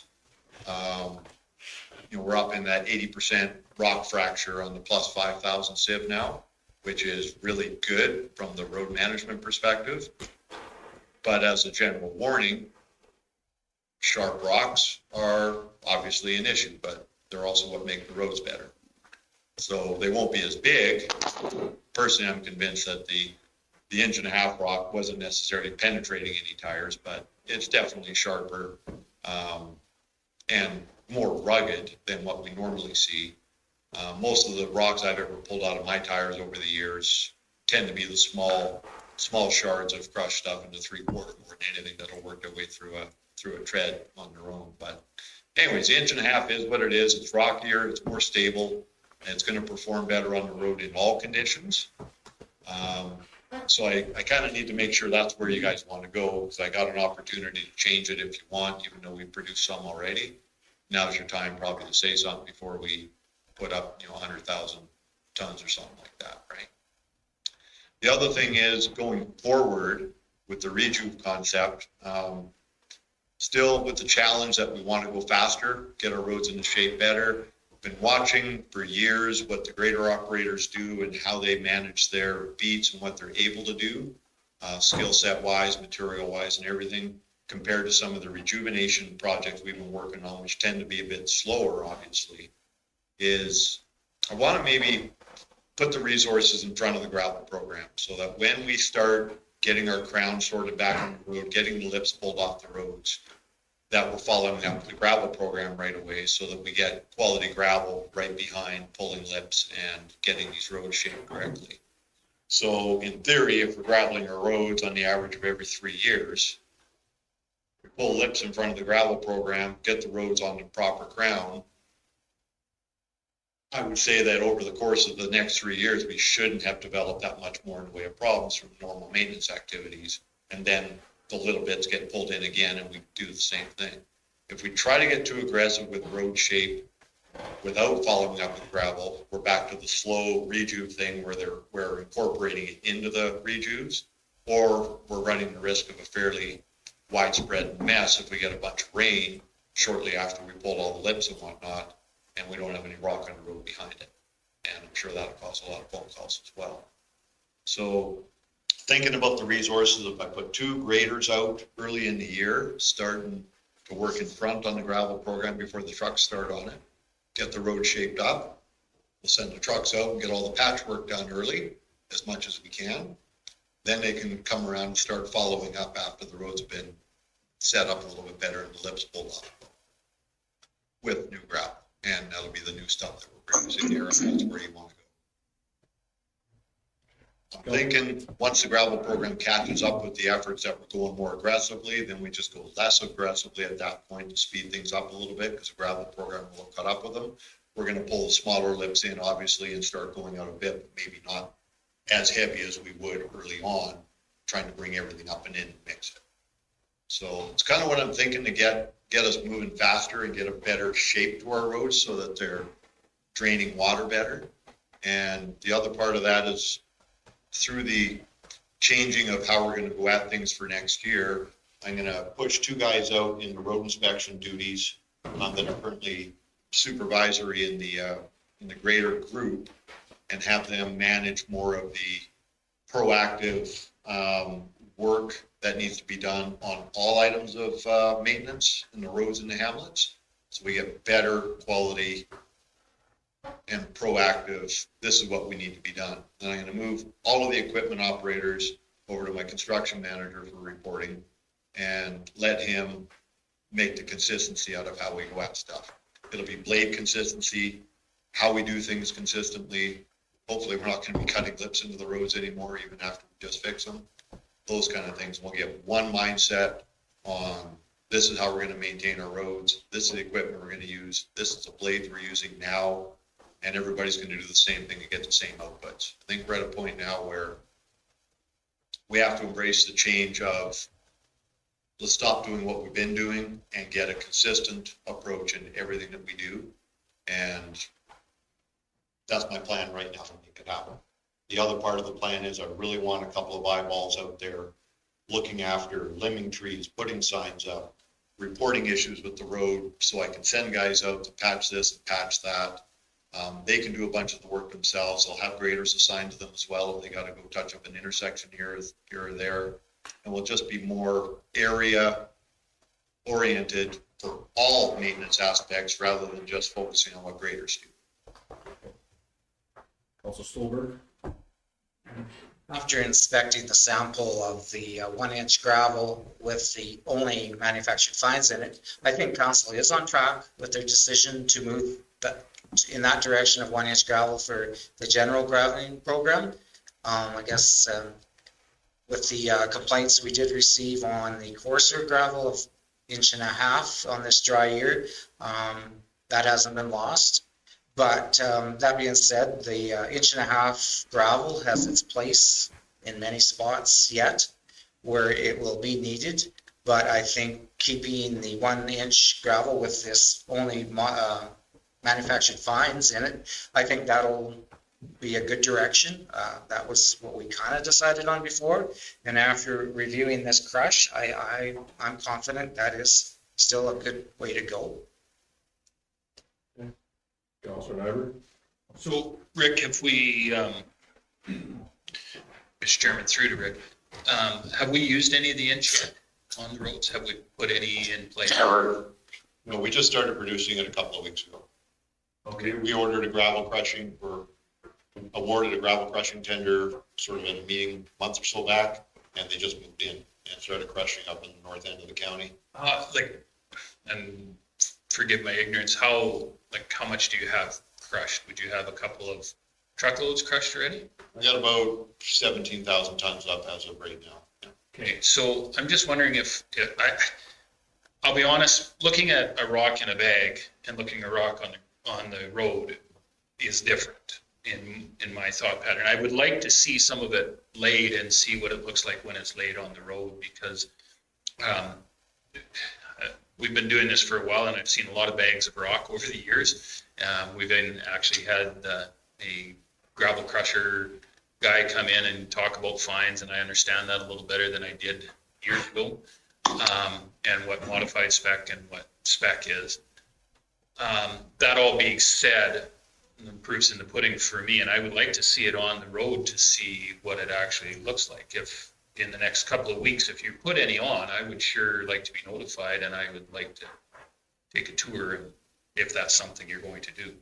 I can go up there and pull something out of that pile and do a half mile or something, someplace for you guys to go look at for sure. That would be awesome. And I think, like Mr. Stolberg said, we're in the right direction. I like the 1 inch. And I think it should stay in place fairly well compared to the 3/4 inch getting kicked off the road so easily. So how are the packers been working as well? Have you been packing with them, the gravel down, or has it just been the rough spot?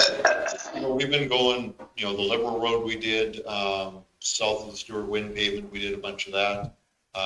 Basically watering, packing, pulling the material around and blending the lips off the shoulders into it to get a unified surface, and it's going well. The Liberal Road, we got the one little bit of rain we had this year right after we finished it, and it performed awesome. Was out on it on the Monday after we got that weekend of rain, and it was one of the roads I could drive down nicely at full speed limit compared to a lot of the other roads in the area that were sloppy and normal for what we usually get with the maintenance and the gravel we've been putting on it. Okay. Councilor Bender? No, I believe that you're very much going down a great direction here, Rick. I remember a few years ago, we had gravelled up the Linda Hall Road with some 3/4 inch. It rained, and we had to re-gravel with 1.5 inches. So it was a great response in there, knowing, okay, that we have outlived the specs that we have had in the past. They're not working for us. The only thing I can find, okay, you're saying the conditions of the road have been a constant pressure point with residents, and it's one of where, say, like the structuring of the road.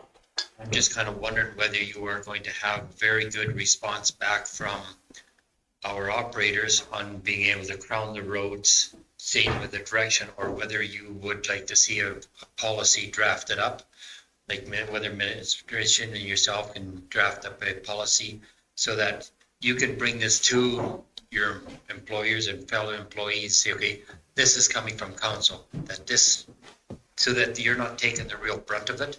You can say, this is what council expects, is to have our roads maintained and be able to be serviced. I'm just wanting to see that direction from you. I'm a little stuck on the, use of a policy for this, mainly because if you pass a policy and we're not getting it that way all the time, then we're not following a policy now. maybe there's a different thing we can call it, I guess, as far as a, you know, a maintenance specification or something like that, that at least provides a direction without it being policy, because policies generally are a thou shalt follow policy, which can be a little difficult if we're not all the way there yet, able to follow the policy depending on what we have to do. We can't change everything overnight, or we're gonna have a mess in our hands, right? And if we start ripping into all these roads and getting them all exactly the way we want them in one shot, we run a lot of risk, and that's gonna be. I do follow with what you're saying, because every road, even within like a half mile, there are going to be some roads you cannot really follow a policy. I just want to make you saying, okay, that you've got the backing of council to say, okay, this is what we are expecting, have it crowned, whatever, in order prior to. And honestly, I like it. I mean, if you've got some, maybe even through strategic planning, some key elements that you want to put in there that you consider statements that are, this is what we want to see to reinforce, that's great. Right now, and I've tried this a little bit before working with the staff, we go a little ways, we're not getting all the way there. I think the latest staff change that we're implementing, the personalities involved and whatnot are going to be a little more results oriented. Let's put it that way. I really like you're looking at, say, like on the recrowning. It's definitely a good route to go. Other than that, before that, we were just filling in the sunken curve in the road, but just with gravel. One of the biggest habits I see out there is we have a mound of grass out there that we walk in from, and then we're constantly cutting inside of that to pull material up, and we create this, and then we get multiple crowns as well. And depending on the width of the road, you get some of these 12, 14 meter wide roads, you get a lot of different shapes to those, and it's really evident when you're trying to plow snow on them, which is where I found most of that myself, because I like to go and plow snow on a quiet winter's day. And you're out there constantly touching your blade, trying to get it to stop cutting gravel when you were, you know, an inch above it in the first place, because things don't stay the same. So part of that goal will be trying to get some consistency in the results all the time. I think we're done talking about it. I've gone and taken cross sections of roads, put it in front of people before and said, this is what you're getting, this is what we want. I'm not sure the visual or the conversations are working. So I think it's going to be more, put some boots on the ground and insist on the outputs. I love your direction you're going. Great on it. Councilor Stevens? Great. Yeah, no, Dave, I figured you wanted, but Justin's had it. Well, I need to talk. No, well, Justin will talk and then, You can go. Okay. yeah, go ahead. I think this is an important conversation for the public to hear. I do have a few questions. I really like the manufactured fines for surface. I feel that it will lead to less slimy conditions. The manufactured fines by nature won't absorb water the same as what a clay-based fine would. So I think that will give us a better top cap. Just so the public is aware, what QA requirements do we have for sieve testing? Are we doing that per X amount of volume so that we have a consistent gravel being crushed to spread? Yes, so when the current contracts that I'm putting out for the contractors, I expect them to do quality control testing. In the first 1,000 tons they put up, we need 3 tests, which are 2 over the standard spec to make sure that they can track themselves in the spec within that first 1,000 tons if they got to make a few adjustments. And then it's generally 1 every 1,000 after that. I'm currently getting 2 to 3 tests a day off the crusher the way it's running right now. Then we also will spot check and get our own samples and haul them into an independent lab and get the testing on that done as well, just to confirm that what their testing contractor is doing, we're getting the same results. We're not getting anything. You know, it's quality assurance testing, right? Yeah. I appreciate that. That sounds good. If I understand the direction moving forward, the 1.5 inches would not be getting used on surface, but it does have a place in the sense it is a very good product if we are working at lower levels to build up strength. But if I understand the direction, we won't be spreading 1.5 inches on surface any longer, is that If I may, the 1.5 inch largely is used in the visibly unstable surfaces. So if we were going across a wetland, for instance, and we need to do some gravel into it, it would be on the surface there for sure. It will work in a lot faster, obviously, but that's what we call our patching by and large. So when we're going around the roads inspecting, we find wet spots where the gravel's not evident at all because it's been sucked in. We want to try and bridge that with the 1.5 inches. If it's really bad, I can open the thing right up and put some pit run underneath it. Then I can pull the other stuff back on top of it and then try and work the 1.5 inch in to that matrix before I put the 1 inch on top. okay? And the last thing that I think the public would like to hear is plan moving forward, trying to incorporate some of the 1.5 inch that was spread previously. I understand you are going through some additional methods now to try and incorporate it. Yeah, so Packer and a grader are working today actually with the water truck. Have them going basically since we first recognized that things weren't going to change on their own. We deployed initially 2 Packers and 2 graders and 1 water truck trying to keep things going. A lot of money got spent pushing that stuff into the road, and we targeted the busier roads obviously, or where some of the concerns were. We're down to 1 grader and 1 Packer right now because we're trying to do a few other things, getting ready for the winter change. The roads are not in overly stiff, frosty shape yet, so they're still doing a good job. Right now, some of the early stuff that we placed that we hadn't cut our spread down on a little bit, we're still doing the heavier quantities of the 1.5 inch. That's where we're working right now, which is down south on a couple of smaller roads where it's visibly too thick and we got to get it pounded in before we get all the ditches. But it's working well. Number of the roads we've done, like I mentioned, Liberal Road, Stewart Wynn south of the pavement, I think it's 19-1 over towards Botha. I went out myself and played around with the stuff before we started the program, figured out what would work and what wouldn't. Ran the water truck, ran the grader, and ran the Packer until I called help in and said, this is what we're going to do, get at it. So. Okay, Councilor Grover, Hello? go ahead. Oh, I'm up. You're up. Good. Get to talk. Yeah, we strung 4.5 miles of it, and me and Rick, we went down and looked at it a couple of times. We tried to mix fines into it. It didn't really work. We did run the water truck on and packed it. It sort of worked, but it was put on a little too heavy. I would like to see all that 1.5 inch, leave it till spring and see how it works into the road. And we did a test strip in my area, 5 miles, where we dug a trench and buried that in the middle of the road. And one of the best roads I have. It was dug down with the graders, with no extra equipment, a couple of graders. And it rained, so we didn't even have to water it. And then we pulled it back and packed it and run the graders over it. And it was about 2.5 feet deep. It's probably a foot and a half of that 1.5 inch, but it's in the road, so the graders don't keep bringing it up. I think it's one of the better jobs that we've done this summer with the 1.5 inch. It's all disappeared, and I think if we put 3/4 or that 1 inch, I'd like to see that 1 inch lay on the road and see how it makes out. But yeah, no, we get. I hate to complain, but a lot of ours is a lot of the gravel is in the south area, and most of it's in my area, not all of it.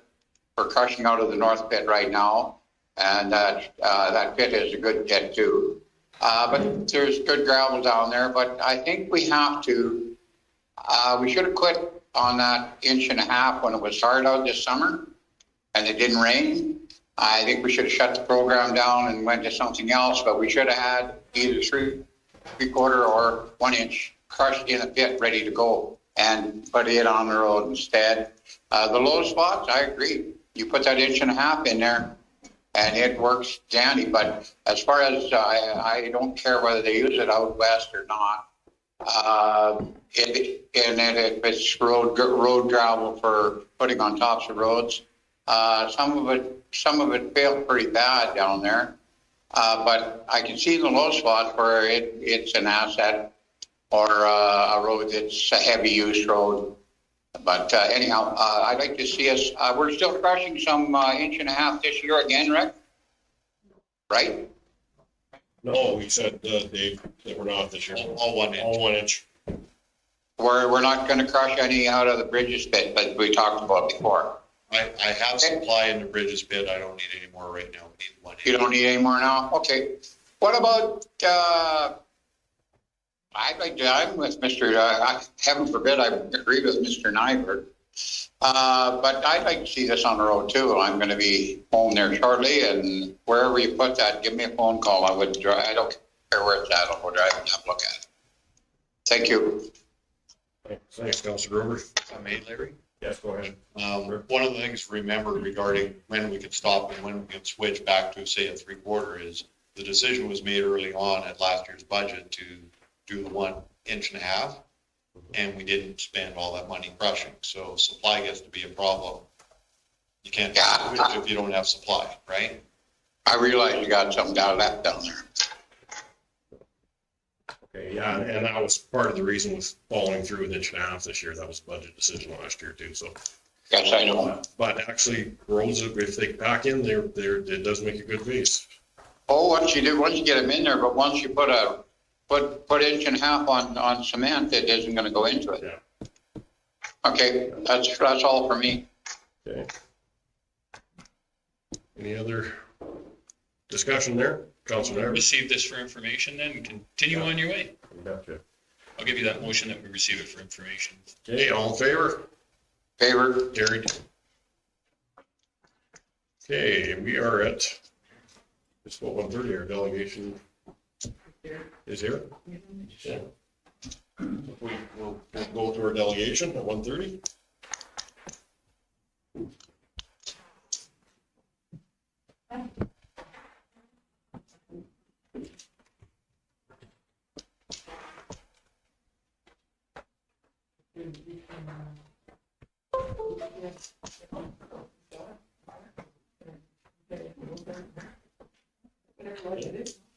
Okay, we'll start out with introductions, and we'll start with Nikki. Nikki Thorstensen, Director of Communications. James Nyberg, Erskine South Warden, Councillor. Wes Stuhlberg, Weimar-Indian. Justin Stevens, Erskine Buffalo Lake. Dave Grover, Big Valley. Paul McKay, in Outer Red Roll. Ernie Gender, Setter. Good afternoon. Larry Clark. Reed. Major Sector of Municipal Services. Rick Green, Director of Operations. And yourselves. Jane Scott-Bull, I'm from Wausau, and I am the chair of the Stettler Public Library. And I'm Rhonda O'Neill. I'm the library manager at Stettler Public Library. And I want to say welcome and congratulations on to new faces. To new faces and to faces that we remember. I didn't want to say that. You can say it, we're okay with it. We thank you for coming in, and we know we have a bunch of presentation, and if I'm looking forward, not looking at you, watching what's going on. Thank you. Go ahead. For inviting us over to give a talk to you today. I also wanted to thank the staff team here at the county because they've been very supportive of the library throughout the last couple of years, actually. So, okay. So. First line is like a total wall of text. Oh, okay. First, it's a total wall of text, but I just wanted to kind of impress on you that we've been very busy adapting to. Yeah. Am I allowed to take my mask off? Or That's Mike, you are. Mike, you can.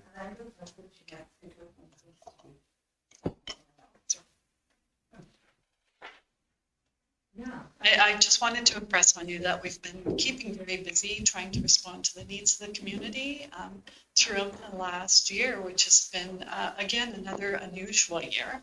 The library was closed to in-person visits between December 15th and March 2nd, and then again from April 7th through June 12th. And so during this period of time, we were trying to figure out how to reach our patrons when they're not able to come into the physical library.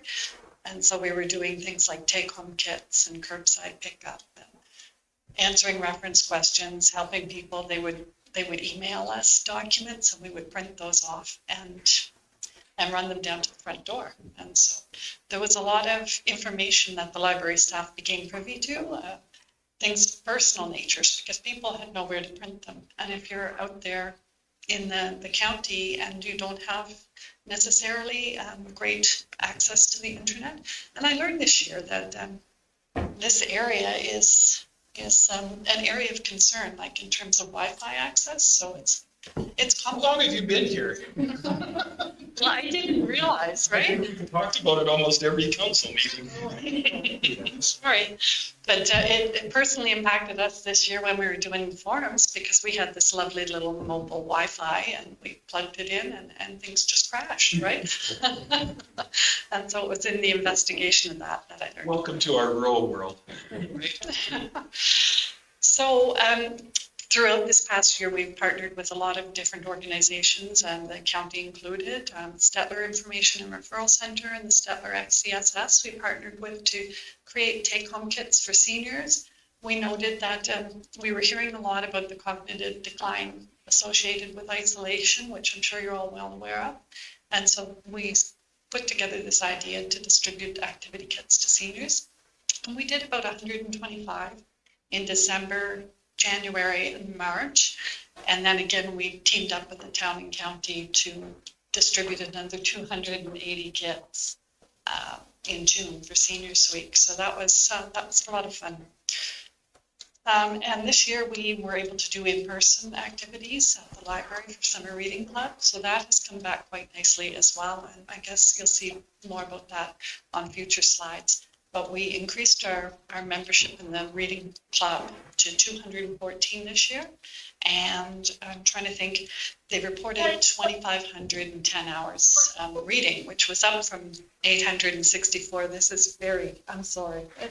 No, it wasn't you. No, that was, Okay. yeah, that was third party. Oh, okay, sorry. Okay, so that was up from 864 hours last year, and the year before that, it was half that number as well. So we attribute it to the great programs and also the fantastic prizes that we're offering this year, which were sponsored by a lot of organizations in the community. So without further ado, I'm just going to get right into the budget. It's because I clicked away from it. Okay, that's great. So expenses, you'll see we're trying to keep it on the bottom line. We're very similar to what we were in 2020 and 2021. We've done this by making adjustments across the different lines. Board expenses, we're able to reduce that this year because there won't be a conference, which was a large part of that expense. Every year we would have a conference in April. But we're not able to do that this year coming. It's been canceled already. Equipment, we were able to purchase some equipment, and right now we're looking good there, so we were able to reduce that slightly. Library materials is staying about the same. Our fundraising expenses are going back up to, because we're now able to do the movies, the TIFF film circuit at the Jewel Theatre. And so these sorts of things are picking up again. And there's money in and money out, but the money in is better than the money out. So it's a good little fundraiser for us. Additions will be staying the same?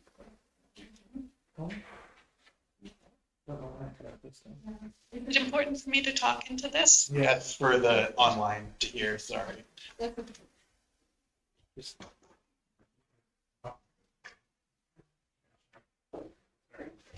Okay, so we're back. Right, the audit and bank fees are going up this year, and that's because every third year we do a full audit of the library's books. So that's this year, but next year it'll drop down again. Requisitions will stay the same, and if you look, the staff wages and expenses are going to stay about the same. We are not asking for COLA this year because we recognize that these past couple of years have been very tough. And I think the provincial government is also not getting COLA this year. And so we thought, we would want to do what we can to support your work. On the next slide, you can see the proposed funding. We are looking at increasing our grants, increasing our donations and fundraising. We've been doing very well, and the Friends of the Library have been doing an awesome job. They do the Ghost Walk, the Wine Survivor, which is on right now. If you haven't gotten the ticket yet, we can definitely get you one. Sales and service, we're going to look at selling some more library merchandise and hopefully raising that number a bit. And then other revenue, we hope to increase as well. So the bottom line for the county is that we're asking for $134,678.21. And that is what we asked for in 2020. So we're able to keep that ask as low as possible this year. And that in part is because under the staff line, we've had people leave. And so as we rehire, they come in lower on the wage grid. And so that works quite nicely this year. So now I can talk a bit about the online programs and take-home kits. Online we were offering Read and Rhyme, something cool after school, Teen Scene, online tutoring. We're still offering tutoring over Zoom. We had a big blackout bingo challenge that some people were quite into for a while. And Crystal was reading classic stories on the internet with her cats. And we had on Zoom, we had the Reader Circle Book Club, meditation with Alicia Tate. And we also did some ukulele circle for a while. And then when Family Literacy Day came around last January, we had Jane in to read a story for the children. That video got some big views. Can we ask questions as you go? Oh, absolutely. Ukuleles are. Yeah. Apparently we have some ukulele players in the community. So we used to do it in person at the library, and we're not allowed to sing or play ukulele now. We can play ukulele, but we're not allowed to sing. So we went online to Zoom, which was kind of, if you've used Zoom, you understand how the voices cut in as people start to talk. So we had to get really brave. And we had to get really brave. And what we did was we would all mute, and one person would be elected to sing, and we'd go around in circles. So you really had to get over your fear of singing in public. So how many people would you get to participate in that? Well, it varied. We had 2 hardcore people that came all the time, even online. But before that, we had a number of children and like maybe 6 adults. It's quite the little community. Professor Nyberg, we have ukuleles. You could join this. I am very much paid not to sing. Even Happy Birthday is a course. Councilor Stevens? I am curious. My kids were 2 of the kids playing ukulele. Wow. Wrongly look forward to this happening in person. Thank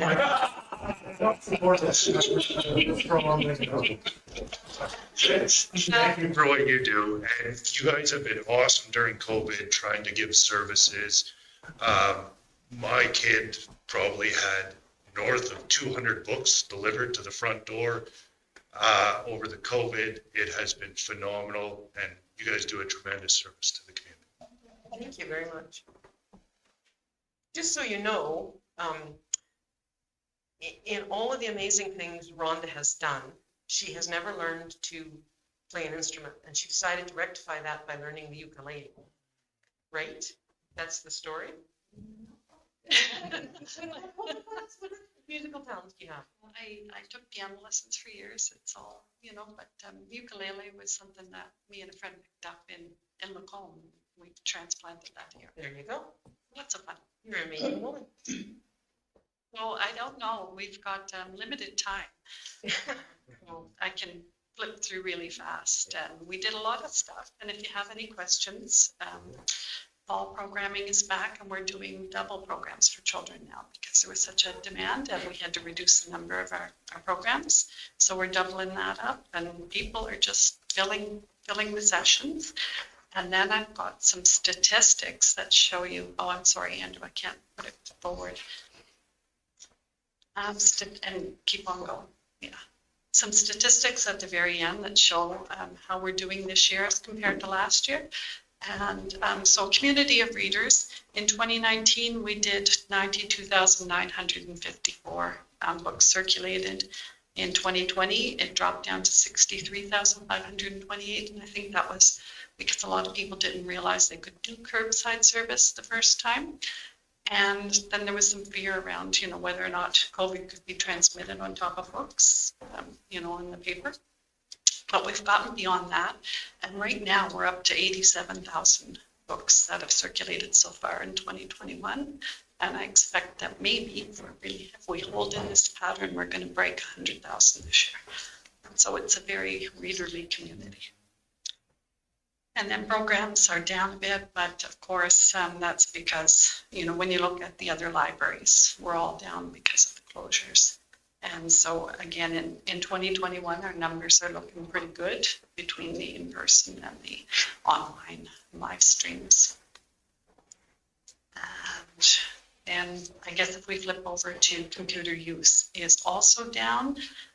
But when you look at the other libraries, I think it shows that people are still very much coming to Statler to use computers. And we do get a lot of people doing job searches, come in, they need to check in to say that they're still available for work, that sort of thing. And there are 2 libraries on here that look very like that their use is huge, but one is Ponokan. I'm thinking that's because it's also a CAC and a campus. And so I'm thinking a lot of that computer use might be attributed to that. So we're doing pretty good in spite of it all. And then on the Wi-Fi, we're leading the pack again, which we normally do. But which is surprising because the rec center put in Wi-Fi when the curling came in. So we're still having a lot of people connecting to our Wi-Fi. Yeah, so any questions? I have a comment more or less. Through the COVID, a lot of agencies weren't offering services anymore. So those voids had to be picked up by places like the library and FCSS. And if it wasn't for those agencies, this community would have suffered greater through the pandemic than they did. They would have, or they did anyway. Yeah. So I see that when I attend the meetings. And another thing that the library does too, it serves every age demographic there is, from preschool to seniors and everything in between.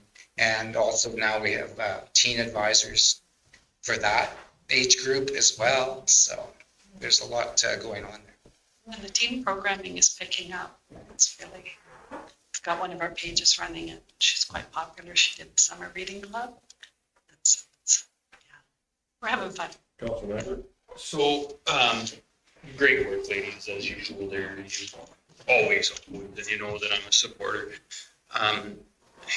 Unfortunately, we're going into a really tough budget cycle, like really. That's great. The provincial government is cutting our MSI back considerably. That's a municipal sustainability initiative that they put in, and so we're going to be looking for ways to cut. Going forward, do you see somewhere, I hate the word cut, but I'd like to use the word trim somewhere, and you guys have always done a phenomenal job. But when push comes to shove, if we go to the basket to grab another apple out and there's nothing there, there's nothing there. So that being said, be forewarned that that's coming down the pipe, right? So I appreciate your past diligence and being very financially frugal, and I know you will continue that. But I guess I'm being the canary in the mine shaft and letting you know that there is a little bit tougher times coming down the pipes. CEO Cassidy, that would be about a 10% decrease in our revenue, would it not? Or with the 1.8. 1.8 in MSI? You've more than that, but 50. Way more. 15%, yeah, just to put it, it is what's happening with this down from the government, so. Councilor Stuber? I guess administration can correct me if I'm wrong, but the province isn't cutting operational MSI, which is what we typically fund the library through. They're cutting the capital. It's very astute of you, Councillor Stewart. It's still a cut. Just kidding, Wayne. Good point, Mr. Stoll. Councilor Grover, did you have something? to say? I want to talk. Yeah. Yeah, go ahead. Yeah, it doesn't matter where we cut it from, whether it's from MSI or where it's from. We all know that we have a tough budget coming up, and it's nice that they brought it back to zero, and I'm in favor of the library. I'm a supporter of the library.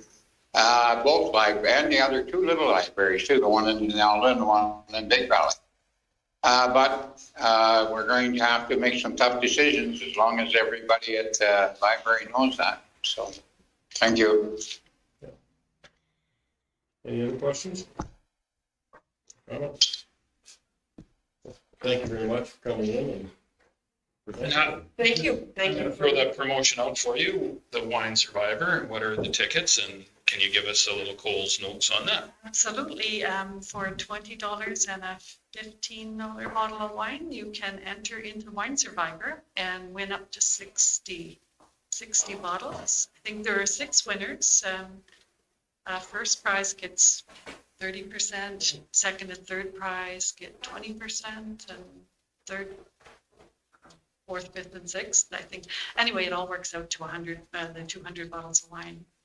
So we can drop off the $35 at the library and then, or online, or? You can drop it off to the library or call any member of the Friends of the Library and do it that way. I think we have one friend who will probably be calling everyone, but definitely you can come to the library and do that, and we'll pick up the wine for you. And then if you wanted to ensure an extra chance, you can buy a $10 immunity, which means we pull your name out one time, we'll throw it back in. And the last person in the fishbowl gets the big prize. Okay. So, absolutely. Thank you. Thank you very much. Thank you for your support and action and word and support and kindness. Thank you. Thank you, ladies. Okay, thank you for the 27th, because we start eliminating on the 28th. So thank you very much. Thank Good to see you all. Bye-bye.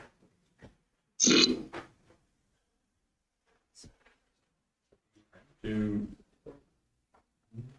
our next delegation was at 2. I don't know if we.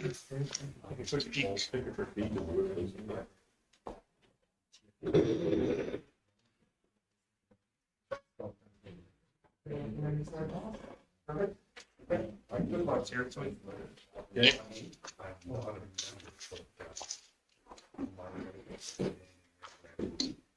Okay. You were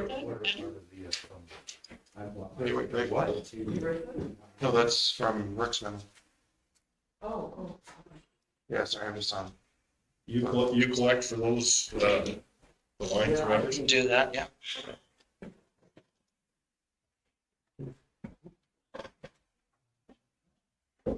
Thank you. Okay. All right. Can I take a mask off? Yes, I think you can. Ah, thank you. So we'll do introductions, Judy, just to, so you know everybody. Right. Start with Nikki. Nikki Thorstensen, Director of Communications. James Tyberg, from South Warden, Councillor. Hi, Judy, Les Stubert, Lamorandier. Justin Stevens, Erskine Buffalo Lake. Dave Grover, Big Valley. Paul McKay, Denali Red Roll. Ernie Gender, Settler. Good afternoon. You got Kathleen here. Larry Clark. Andrew Burchick, Director of Municipal Services. Rick Green, Director of Operations. And yourself. Myself, and I'm Judy Beebe. Yes. Okay, Judy, if you want to go ahead and whatever you want to say to us. Oh, okay. Well, thank you for inviting me to come and speak to you. Yes. And so I was thinking about what should I tell you about, but Hopefully you're all aware that November is Family Violence Prevention Month in the province of Alberta. And our Stettler group, the Stettler Society for the Prevention of Family Violence, we've been around since 1987. And so the goal of our group really is to raise awareness in both the county and the town of Stettler. And so to that end, November is probably one of the busiest times of the year for us. On just before November, we had the Reeve and the mayor sign a declaration stating that Stettler and County would be recognized as fighting domestic violence in the month of November. We have a banner up by the RCMP station. We have a banner up at the library. And on the 2nd of November, we actually put 12 dozen roses around the community and various businesses with a little placard on them saying, "As the rose dies, represents the damage done to families as a result of domestic violence." And the other thing that we do, which I've actually brought some, and I hope I brought enough, is we actually put out a calendar. And so this is about the 7th year that we've put out the calendar. And we get community people to make a statement against domestic violence.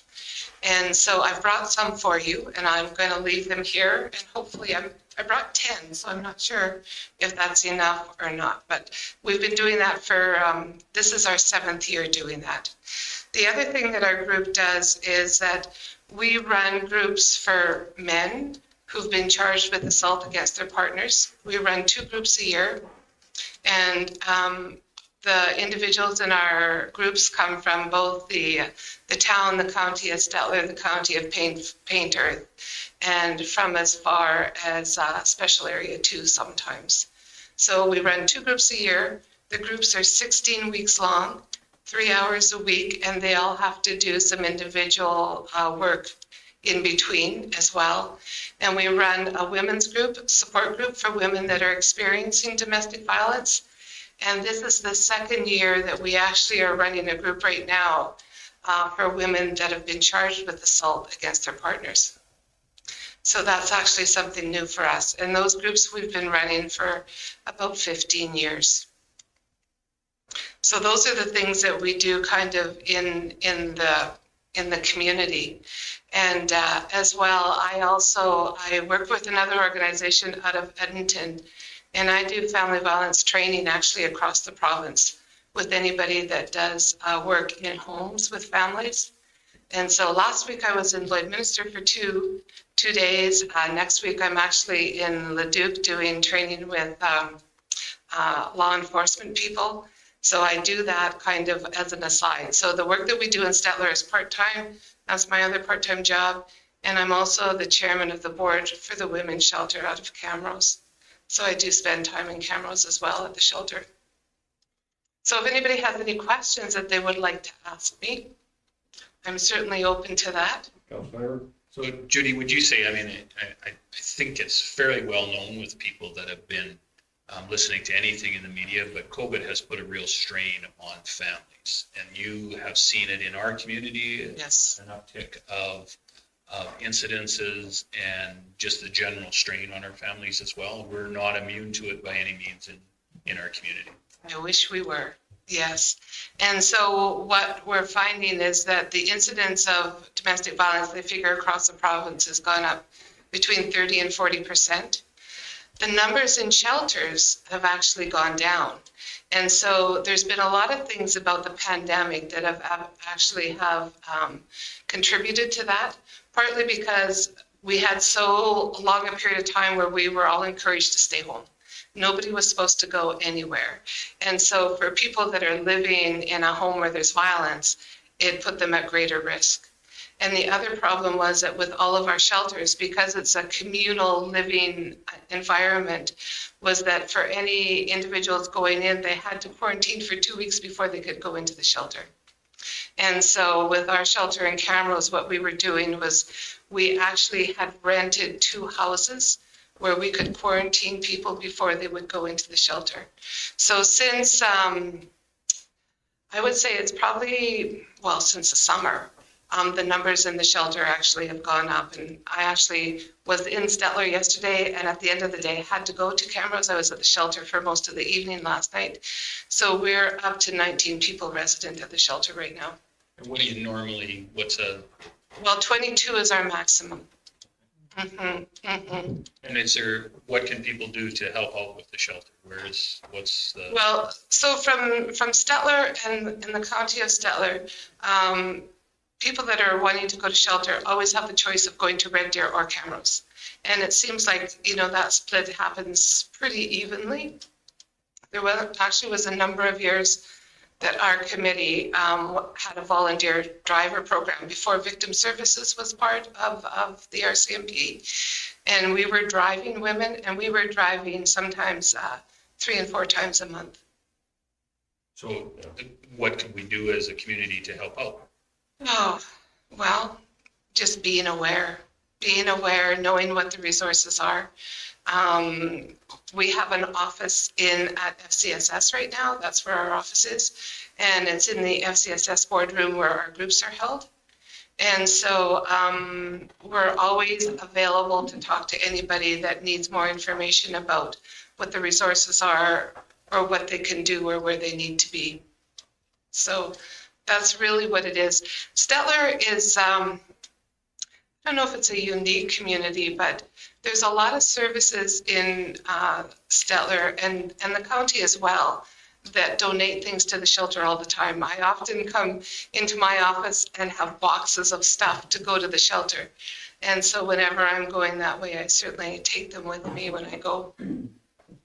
So if somebody wanted to make a donation, whether it be cash or Yes. they can stop at the office and drop it off to you. Right. So if it was a cash donation, of course, they get a tax receipt. They would get a tax receipt in the mail.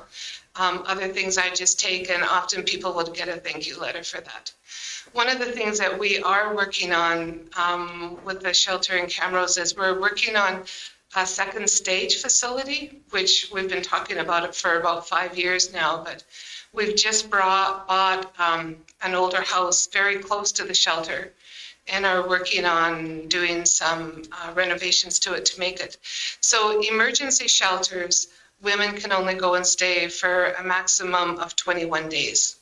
It can be extended under some circumstances, but when we get to and talk about second stage, they're able to stay for up to a year and have services and supports kind of through that whole time. So that's a much better proposition for a lot of women. They need more stability than just 3 weeks when they're making, major decisions about where they're going to go or what they're going to do with their lives. Other questions? And just another comment, when they're going to the shelter, are their families going? Do the children go with them? Is that? Yes, children go with them, yeah. So this isn't just women, this is women and children that are. Yes, women and children, yeah. And in both Red Deer and Camrose, there's actually a school right on the premises. And so the school in Camrose, the teacher's hired by the Battle River School Division and can teach kindergarten to grade 11. And so we're able to keep them up with their education as much as possible. Yeah. That would also be with the second fall. Yes. Yeah, definitely it would, yes. So with the shelter, is it just basically a housing place, or do they offer the women like counseling and life skills to move on? Yeah, definitely. Lots of that. Yeah. Yes. If some of our local contractors, either here or Camrose, Red Deer, were willing to donate, you said you were trying to do some renovations. If they were willing to donate time in lieu of cash, is that something you would be open to accepting? No, actually, we are looking for someone with those kind of skills to sit on a committee to just help with the planning and the ongoing stuff. Presently, we're working on a proposal for some funding from the federal government. They've made some money available for new housing projects. So we are looking for people with certain skills to sit on a committee. So I don't know if that's something that would work or not. But right now, I'm not sure if they're meeting in person or meeting by Zoom. I'm not sure of that. Okay, Perfect. good. Thank you, Judy, for coming in and Thank you for all you do. all you do, yes. Yes, Exactly right, and for bringing the calendars to. Oh, yes, thank you, thank you. This is 45 years for me. I've been working in this field, so, yeah. Up for sainthood. Yeah, well, not quite. Not, the problem isn't solved yet. No, that's the sad part, it seems to build some years and. Yes, yeah, that's right. But, you know, the one thing that I'm thankful for is that we are able to have a committee in this community and be able to do the things that we're able to do. Mhm. Awesome. Good. Thank you. Okay, thank you. Okay.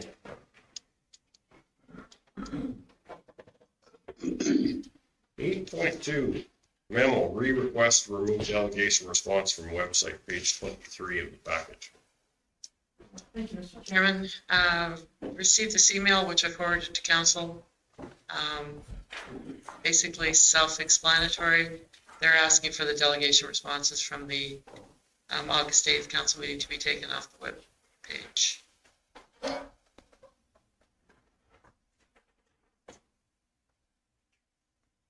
Okay, I had a couple of questions on that though. In one of the responses, it showed that there was untruths or untrue things that we had in our delegation package. Can we comment on that? I can only comment on the one item that was raised to me personally, or rather, I guess there were two. The first item that was raised to me was in person, and it was a concern about part of the response indicating that it was James Marshall Trucking who had committed fraud against the county of Settler, where the response did not. I think it was they misheard the presentation. There was no allegations of who committed the fraud. As indicated in the document, it was there was a third party that the contractor had indicated, and so that's all that said. So that I think was a misunderstanding that was resolved, because the next time I had a discussion with that contractor, he indicated that that wasn't a concern anymore.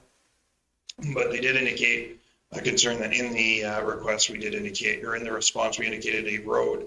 I think that's 21-3 down to the Crawford, or not the Crawford, but the Storming Pit, our Storming Pit.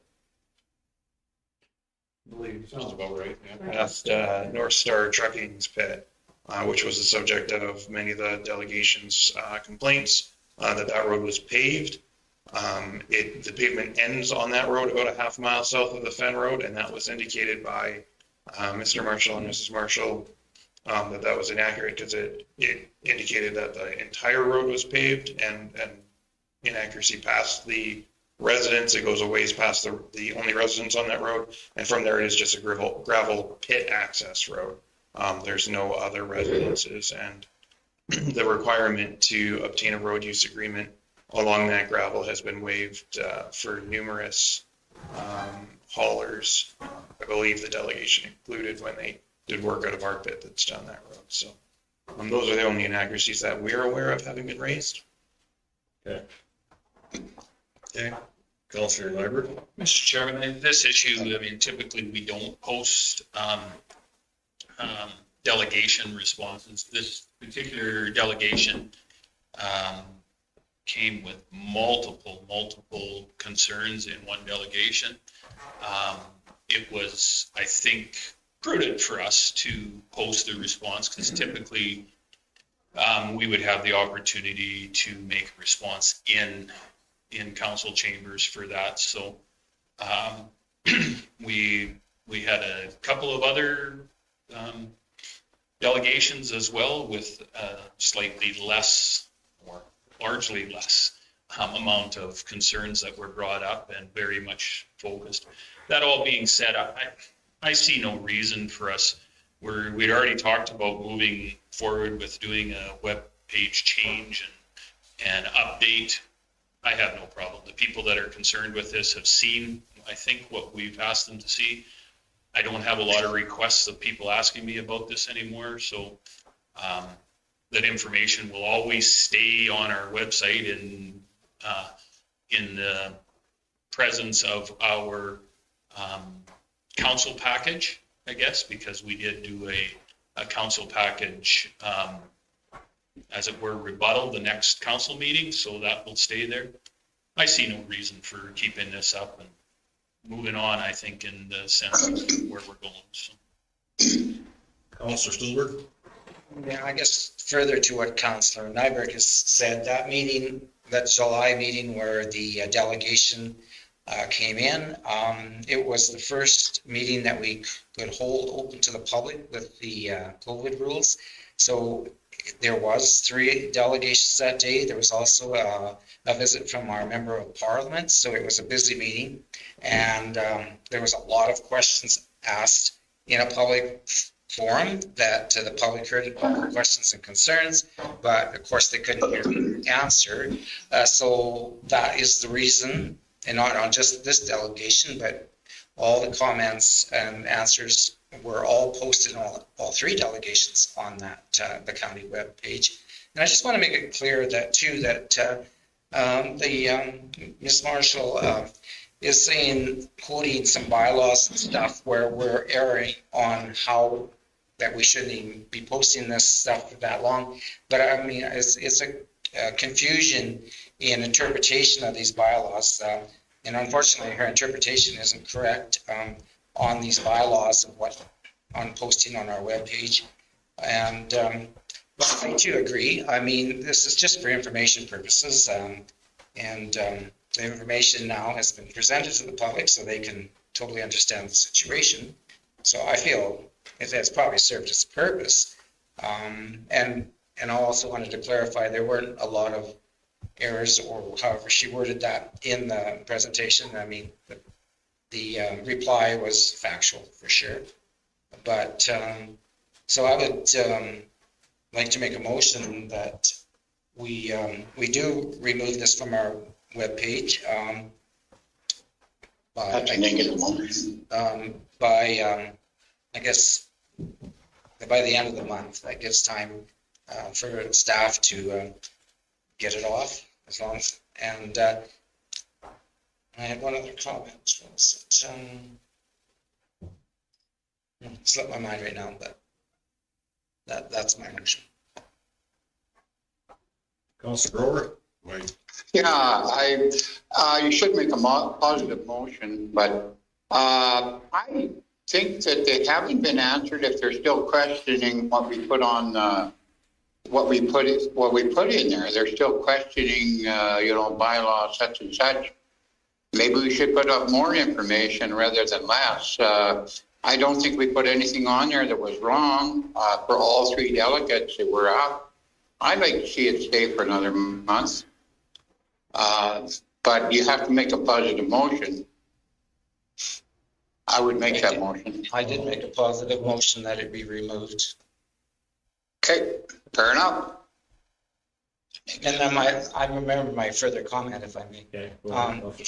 If anybody is still curious about this, this situation or whatever, this delegation, it is in the county minutes from, I guess Marlene can maybe correct me, but it's in the county minutes from the August meeting, I believe, when the administration had time to look into all the concerns of the delegation and replied back to council. That was recorded in the minutes. So, I mean, for people that are concerned, they can still access the information. It's just that it won't be on the webpage past December 1st. Councilor Stevens? I'm in support of this motion to remove it. I think it's important that we get to the stage where we can move forward and start putting some of this behind us. And if this helps turn down the temperature, I would be in favor of that. Any other comments? Okay, we have a motion on the table. I guess I have one comment. Is just from a transparency piece. This was being very transparent. We've been accused throughout not being transparent. Well, the questions were asked, we answered the questions, we showed the proof for the questions. That's why the fact comes up about the inaccuracies, because there was no inaccuracies. They've been checked by, as we've been quoted, lawyers are not elected officials, but the lawyers that went through all this, our staff had spent many hours going through it, so it's all correct data that has been posted and was reviewed in that August meeting also. So that's just one point on it. And as Les had said, referring to the bylaws of how we're putting this on this report, there's no truths to that either. We can put it there, we can leave it there. So we're not removing this for inaccuracies. This was absolutely, we can't afford to be wrong, so we run it by our lawyers. At the end of the day, this has nothing to do with that. This is just like Mr. Stevens said, it's time to turn down the heat. Let's take the high road and move on. We're done. Anyway, motion on the table, all in favor? Oh, sorry, Councilor Jen. Like we had taken a lot of abuse for quite a while before, like we finally made a stance on it. So we take our time, we do consult like with the lawyers, and a lot of them do question, why are we so damned eager in order to get lawyers involved? But if we do not have lawyers involved, every one of ours, but could be in a sling, so is the county. So we've got to take our time, and yes, we do spend an awful lot on lawyers, but it's to protect ourselves and the county and the ratepayers at this. So like after we take our abuses for so long, we do have to finally speak up and say, okay, these are the inaccuracies. This is the truth that we speak for this county. So like, I just find it's one that hopefully this has served its time. And I do not want to see any recourses coming back from this and someone coming back in and taking a second jab at us. If we can put this behind us, by all means, I'll be for it. But I don't want to see any more continuing actions in the future. Okay, we have a motion on the table to remove it from the website, to remove this delegation. I guess July would be August delegation response. So all in favor? Opposed? Opposed. Grover, McKay, and Clark opposed, but it passed. It's carried. Okay. Bylaws 10.1.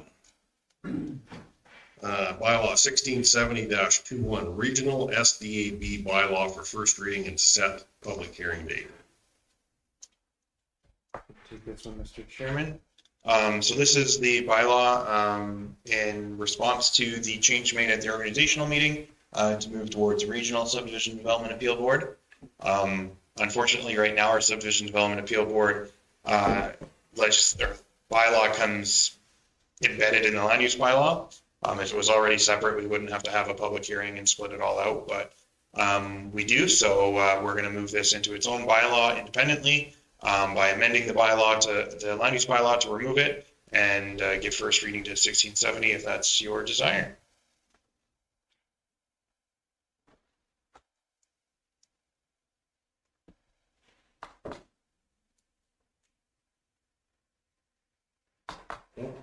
Missed it. Well, I looked at you and you didn't. You were, I did that side first, so, yeah. Mr. Chairman, yes, I'd like to give this first reading. And December 8th. That's our council meeting? Yeah. Any questions or concerns? Councilor Stevens? I think it's important for the public to know a bit of the background with this group. They are very comparable to our current rates. So it's not like farming this out is driving up cost.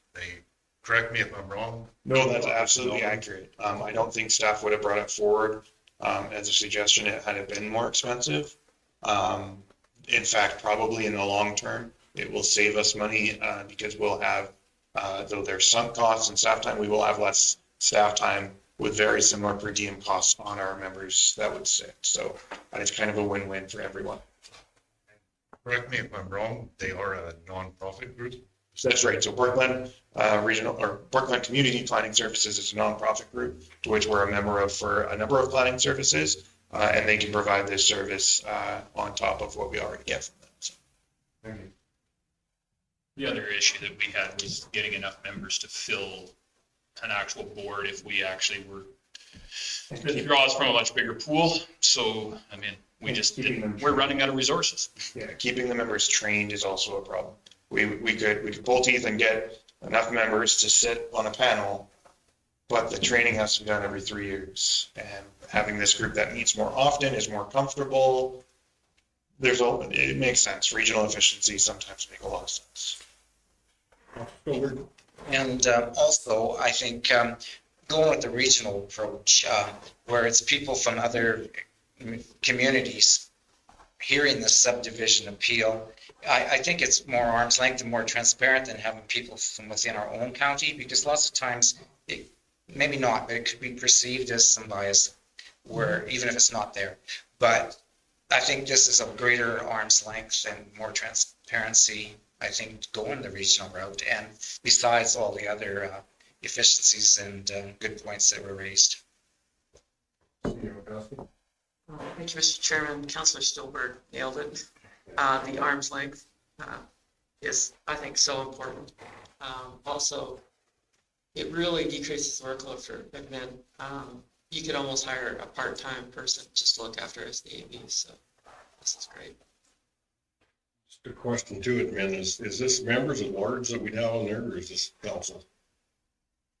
Members at large specifically. They're not counselor, or I shouldn't say they're not counselors. They cannot be members of the planning commission. With the mixture that we have, I didn't know with that difference. Yeah, I think typically it's not counselors that Parkland pulls from. Sometimes it's retired counselors, because you guys never seem to be able to let go when you leave. So, but yeah, they do have a selection committee that meets to actually select their boards. And this committee is actually able to evaluate the qualifications rather than just say whoever we can actually convince to get there. So.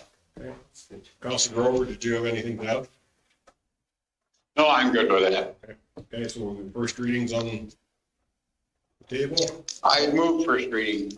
It's been moved already, so. Oh, it's been moved already? I didn't hear that. Yeah.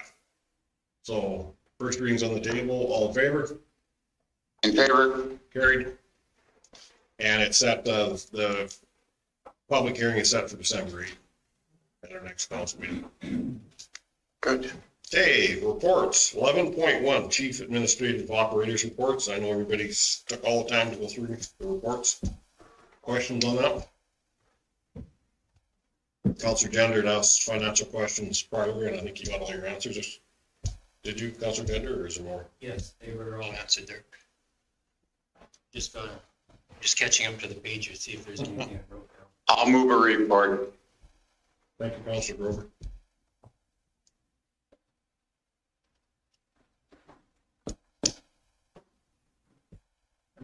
You're good? Okay.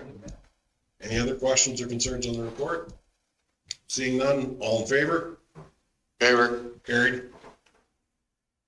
Our accounts payable register, bank reconciliation, September 30th, 2021, reserve, September 30th, 2021.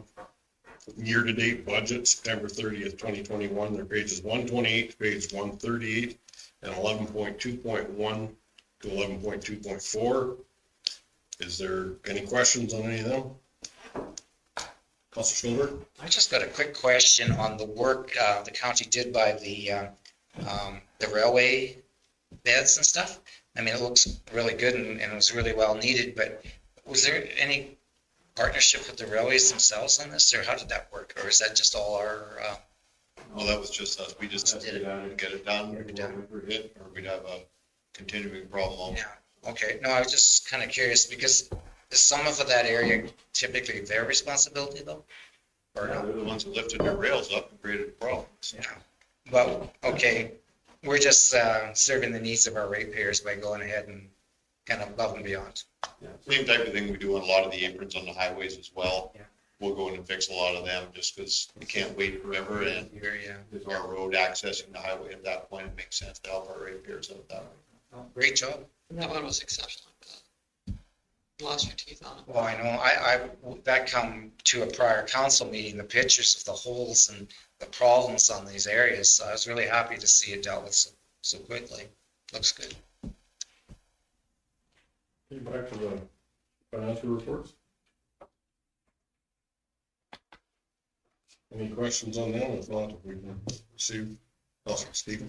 I'll make a motion that we receive the reports for information. No questions, concerns? All in favor? Favor? Carried.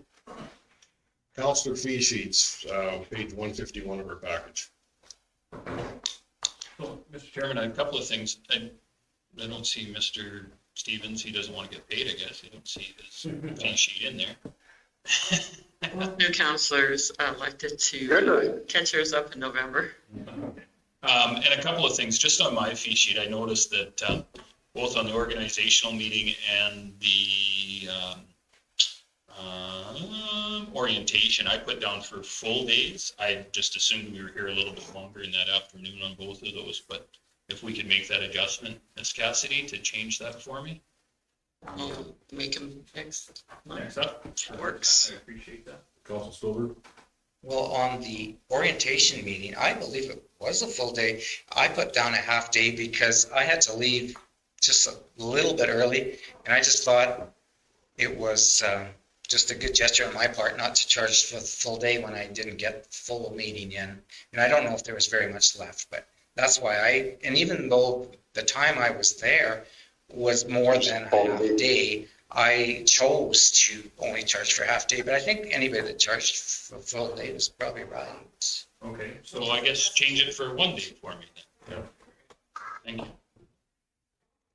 And I think what we just have to be is consistent among each other if we're, you know. Yeah, typically you're right, but I had a that Yeah, day. no, for sure. Mention less.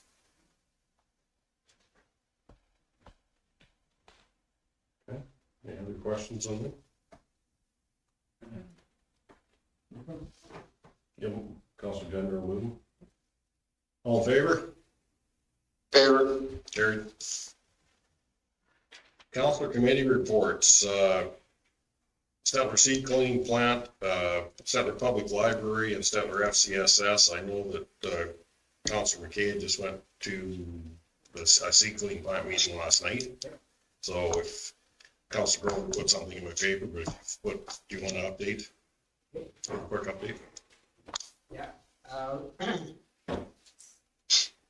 There was a new employee hired after one employee left there, Mitch Bryson. They have nothing but good reports from his work ethic and whatever else, so they're very happy with him.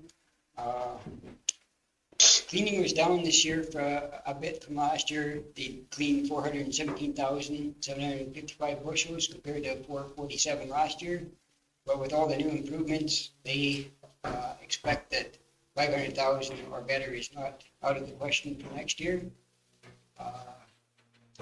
Right now, to the end of the year, they're going to have probably close to 300,000 bushels that they're going to be cleaning. It's already spoken for. Whether they get that through or not, that's what it is. At this point, there's no outstanding bills. Accounts receivable are in around the 50,000, which was brought up at the budget. We have a preliminary budget that's going to be carried out at the next meeting. Revenue was stated at 333,000. That didn't quite get there. There was only $257,404 brought in. Expenses went way overboard with the expansion, whatever, 377,973. So there's a shortfall this year. The $50,000 that are still receivables on the accounts will help that number a bit, but there'll still be a little bit of a deficit this year. So next year's budget, they kept the revenue at the same 333,000. Expenses, because of no upgrades or whatever, is expected to be in that 298,000. So there will be a positive number coming that way. The only thing that came up with the budget was legal and accounting. The CRA has red flagged GST receivables. They think that they paid too much on it, so they were supposed to get an answer today. I don't know, I haven't heard anything. It's to follow up as to why this red flag was imposed, so, but the numbers are very high on the legal accounting and that category, so the answer should be coming today. Outside of that, the next meeting is December 7th, and that is the annual general meeting. Thank you, Councilor King. Was there any other additions or anything to the other reports, Councilor Stolberg? No, just one, on the FCSS report. I'm sure every councilor's read every word of it, but I was just gonna highlight the meeting on Monday, November 15th at FCSS. It is hosting a harm reduction information session. The harm reduction program isn't an FCSS program. It is really a turning point program out of Red Deer, and FCSS just facilitates it for the Stellar area. And it is everybody has their own views on this program, and sometimes it can be controversial. But if you don't fully understand it, or if you got questions, I mean, this is the perfect opportunity to understand it better. And the councillors from both the town and the county are invited to attend. It's at 5 o'clock on Monday, November 15th at the FCSS building. And like I say, it's a good learning opportunity for everyone, and more than learning, understanding, I guess, the purpose of the program. Thank you, Councilor Stolberg. Any questions on those, or if I can ask some, Councilor Stevens? We'll make a motion that we receive the reports for information. Thank you. All in favor? Favor. Thank you. Carried.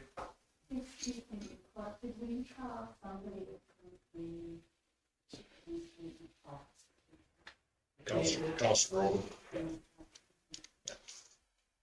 In favor.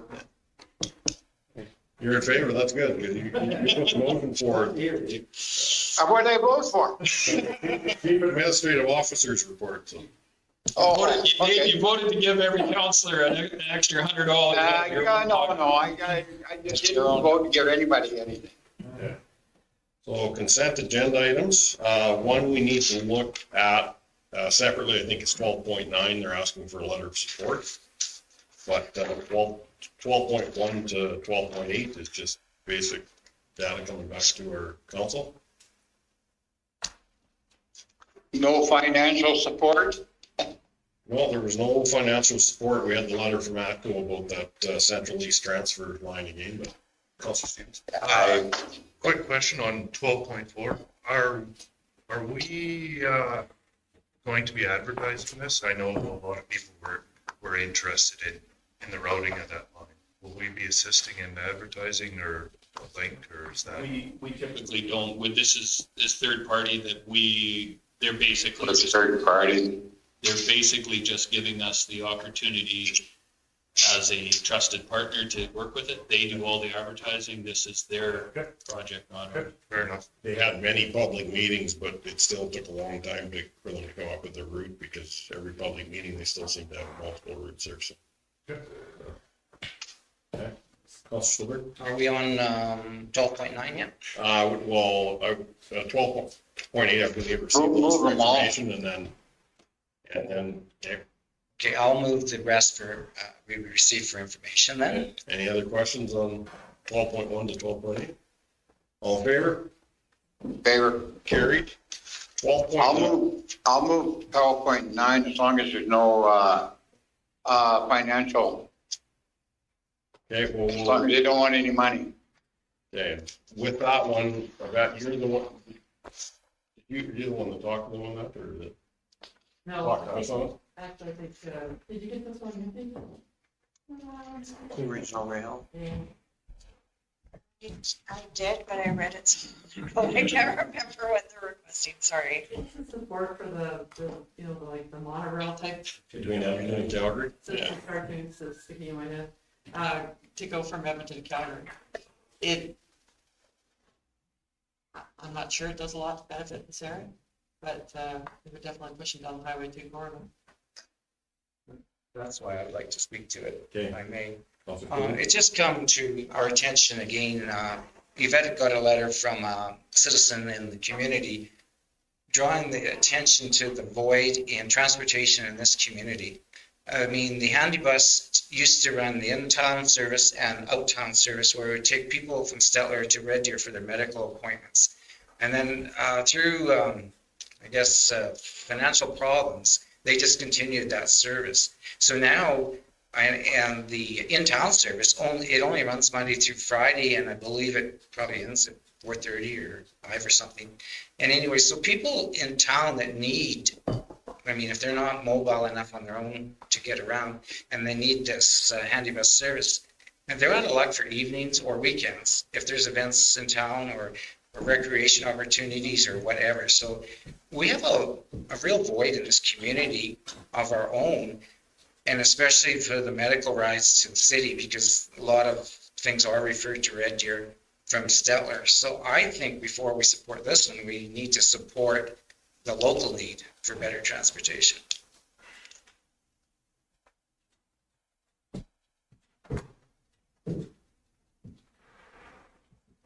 Yeah, that is another void. The only thing with something like this, though, Les, would this somewhat support them to the fact that if they had that treatment, then something in Edmonton or Calgary, they could get to there by this also? I suppose that's a possibility. Yeah.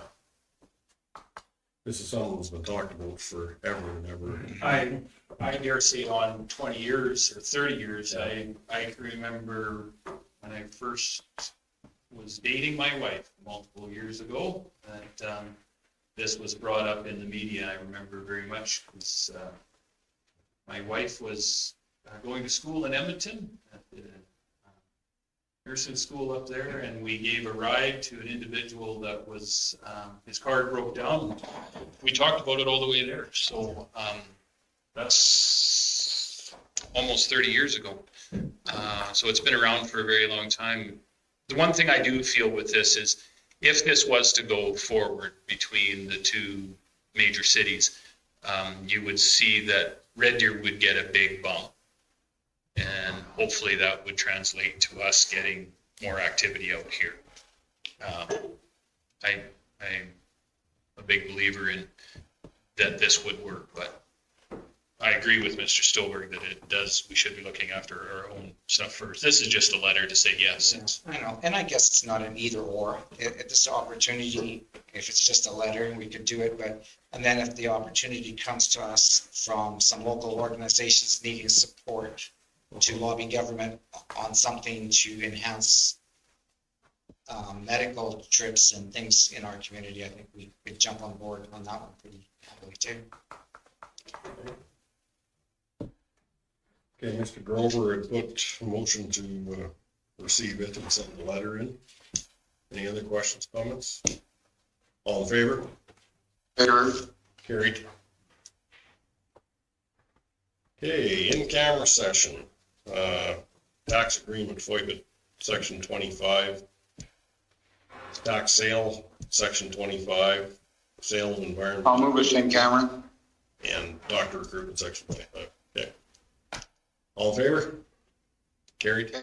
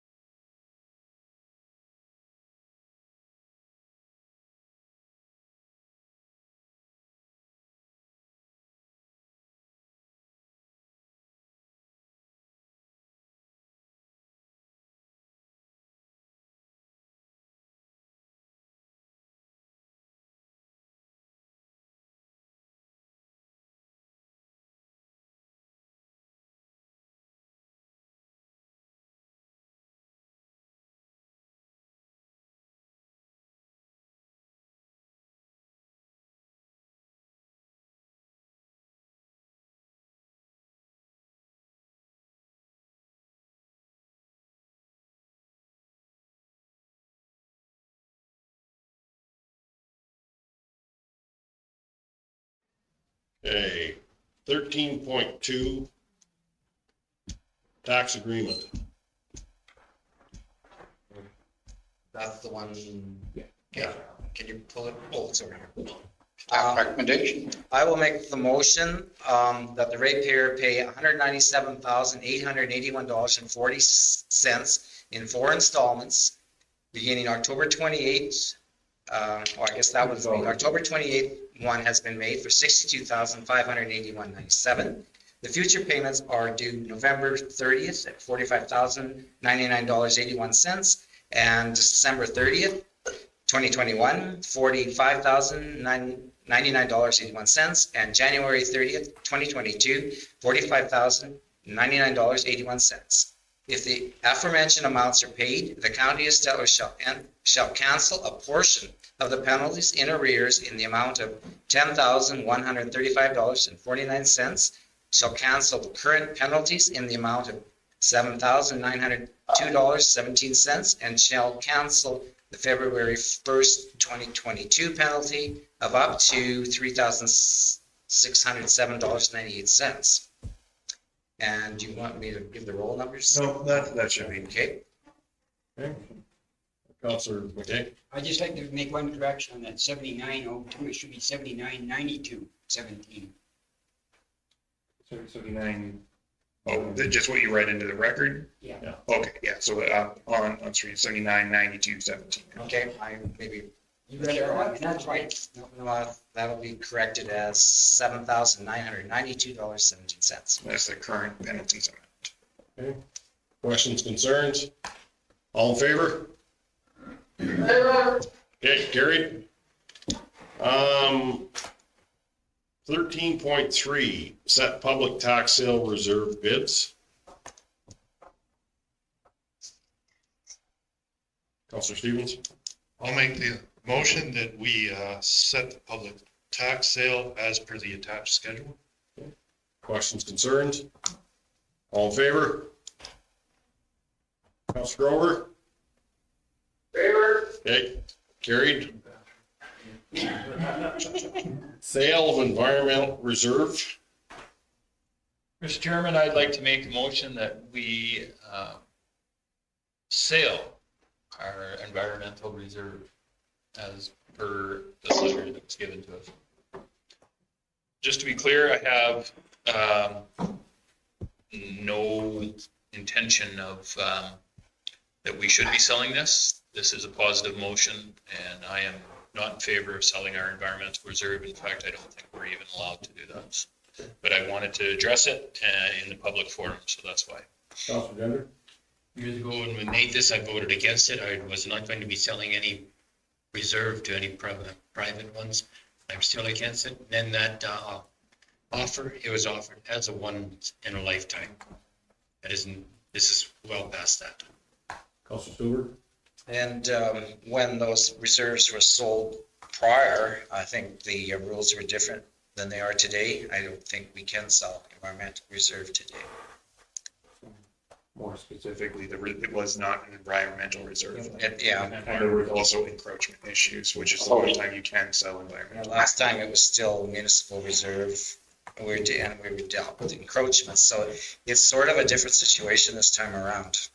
So we have a positive motion on the table to sell the environmental reserves. Any other questions? All in favor? Opposed? Opposed? Opposed? Carried. Thank you, Counselor Grover. Defeated. That was defeated unanimously. Defeated, opposed, or defeated? Defeated, yes. Defeated unanimously. Defeated unanimously.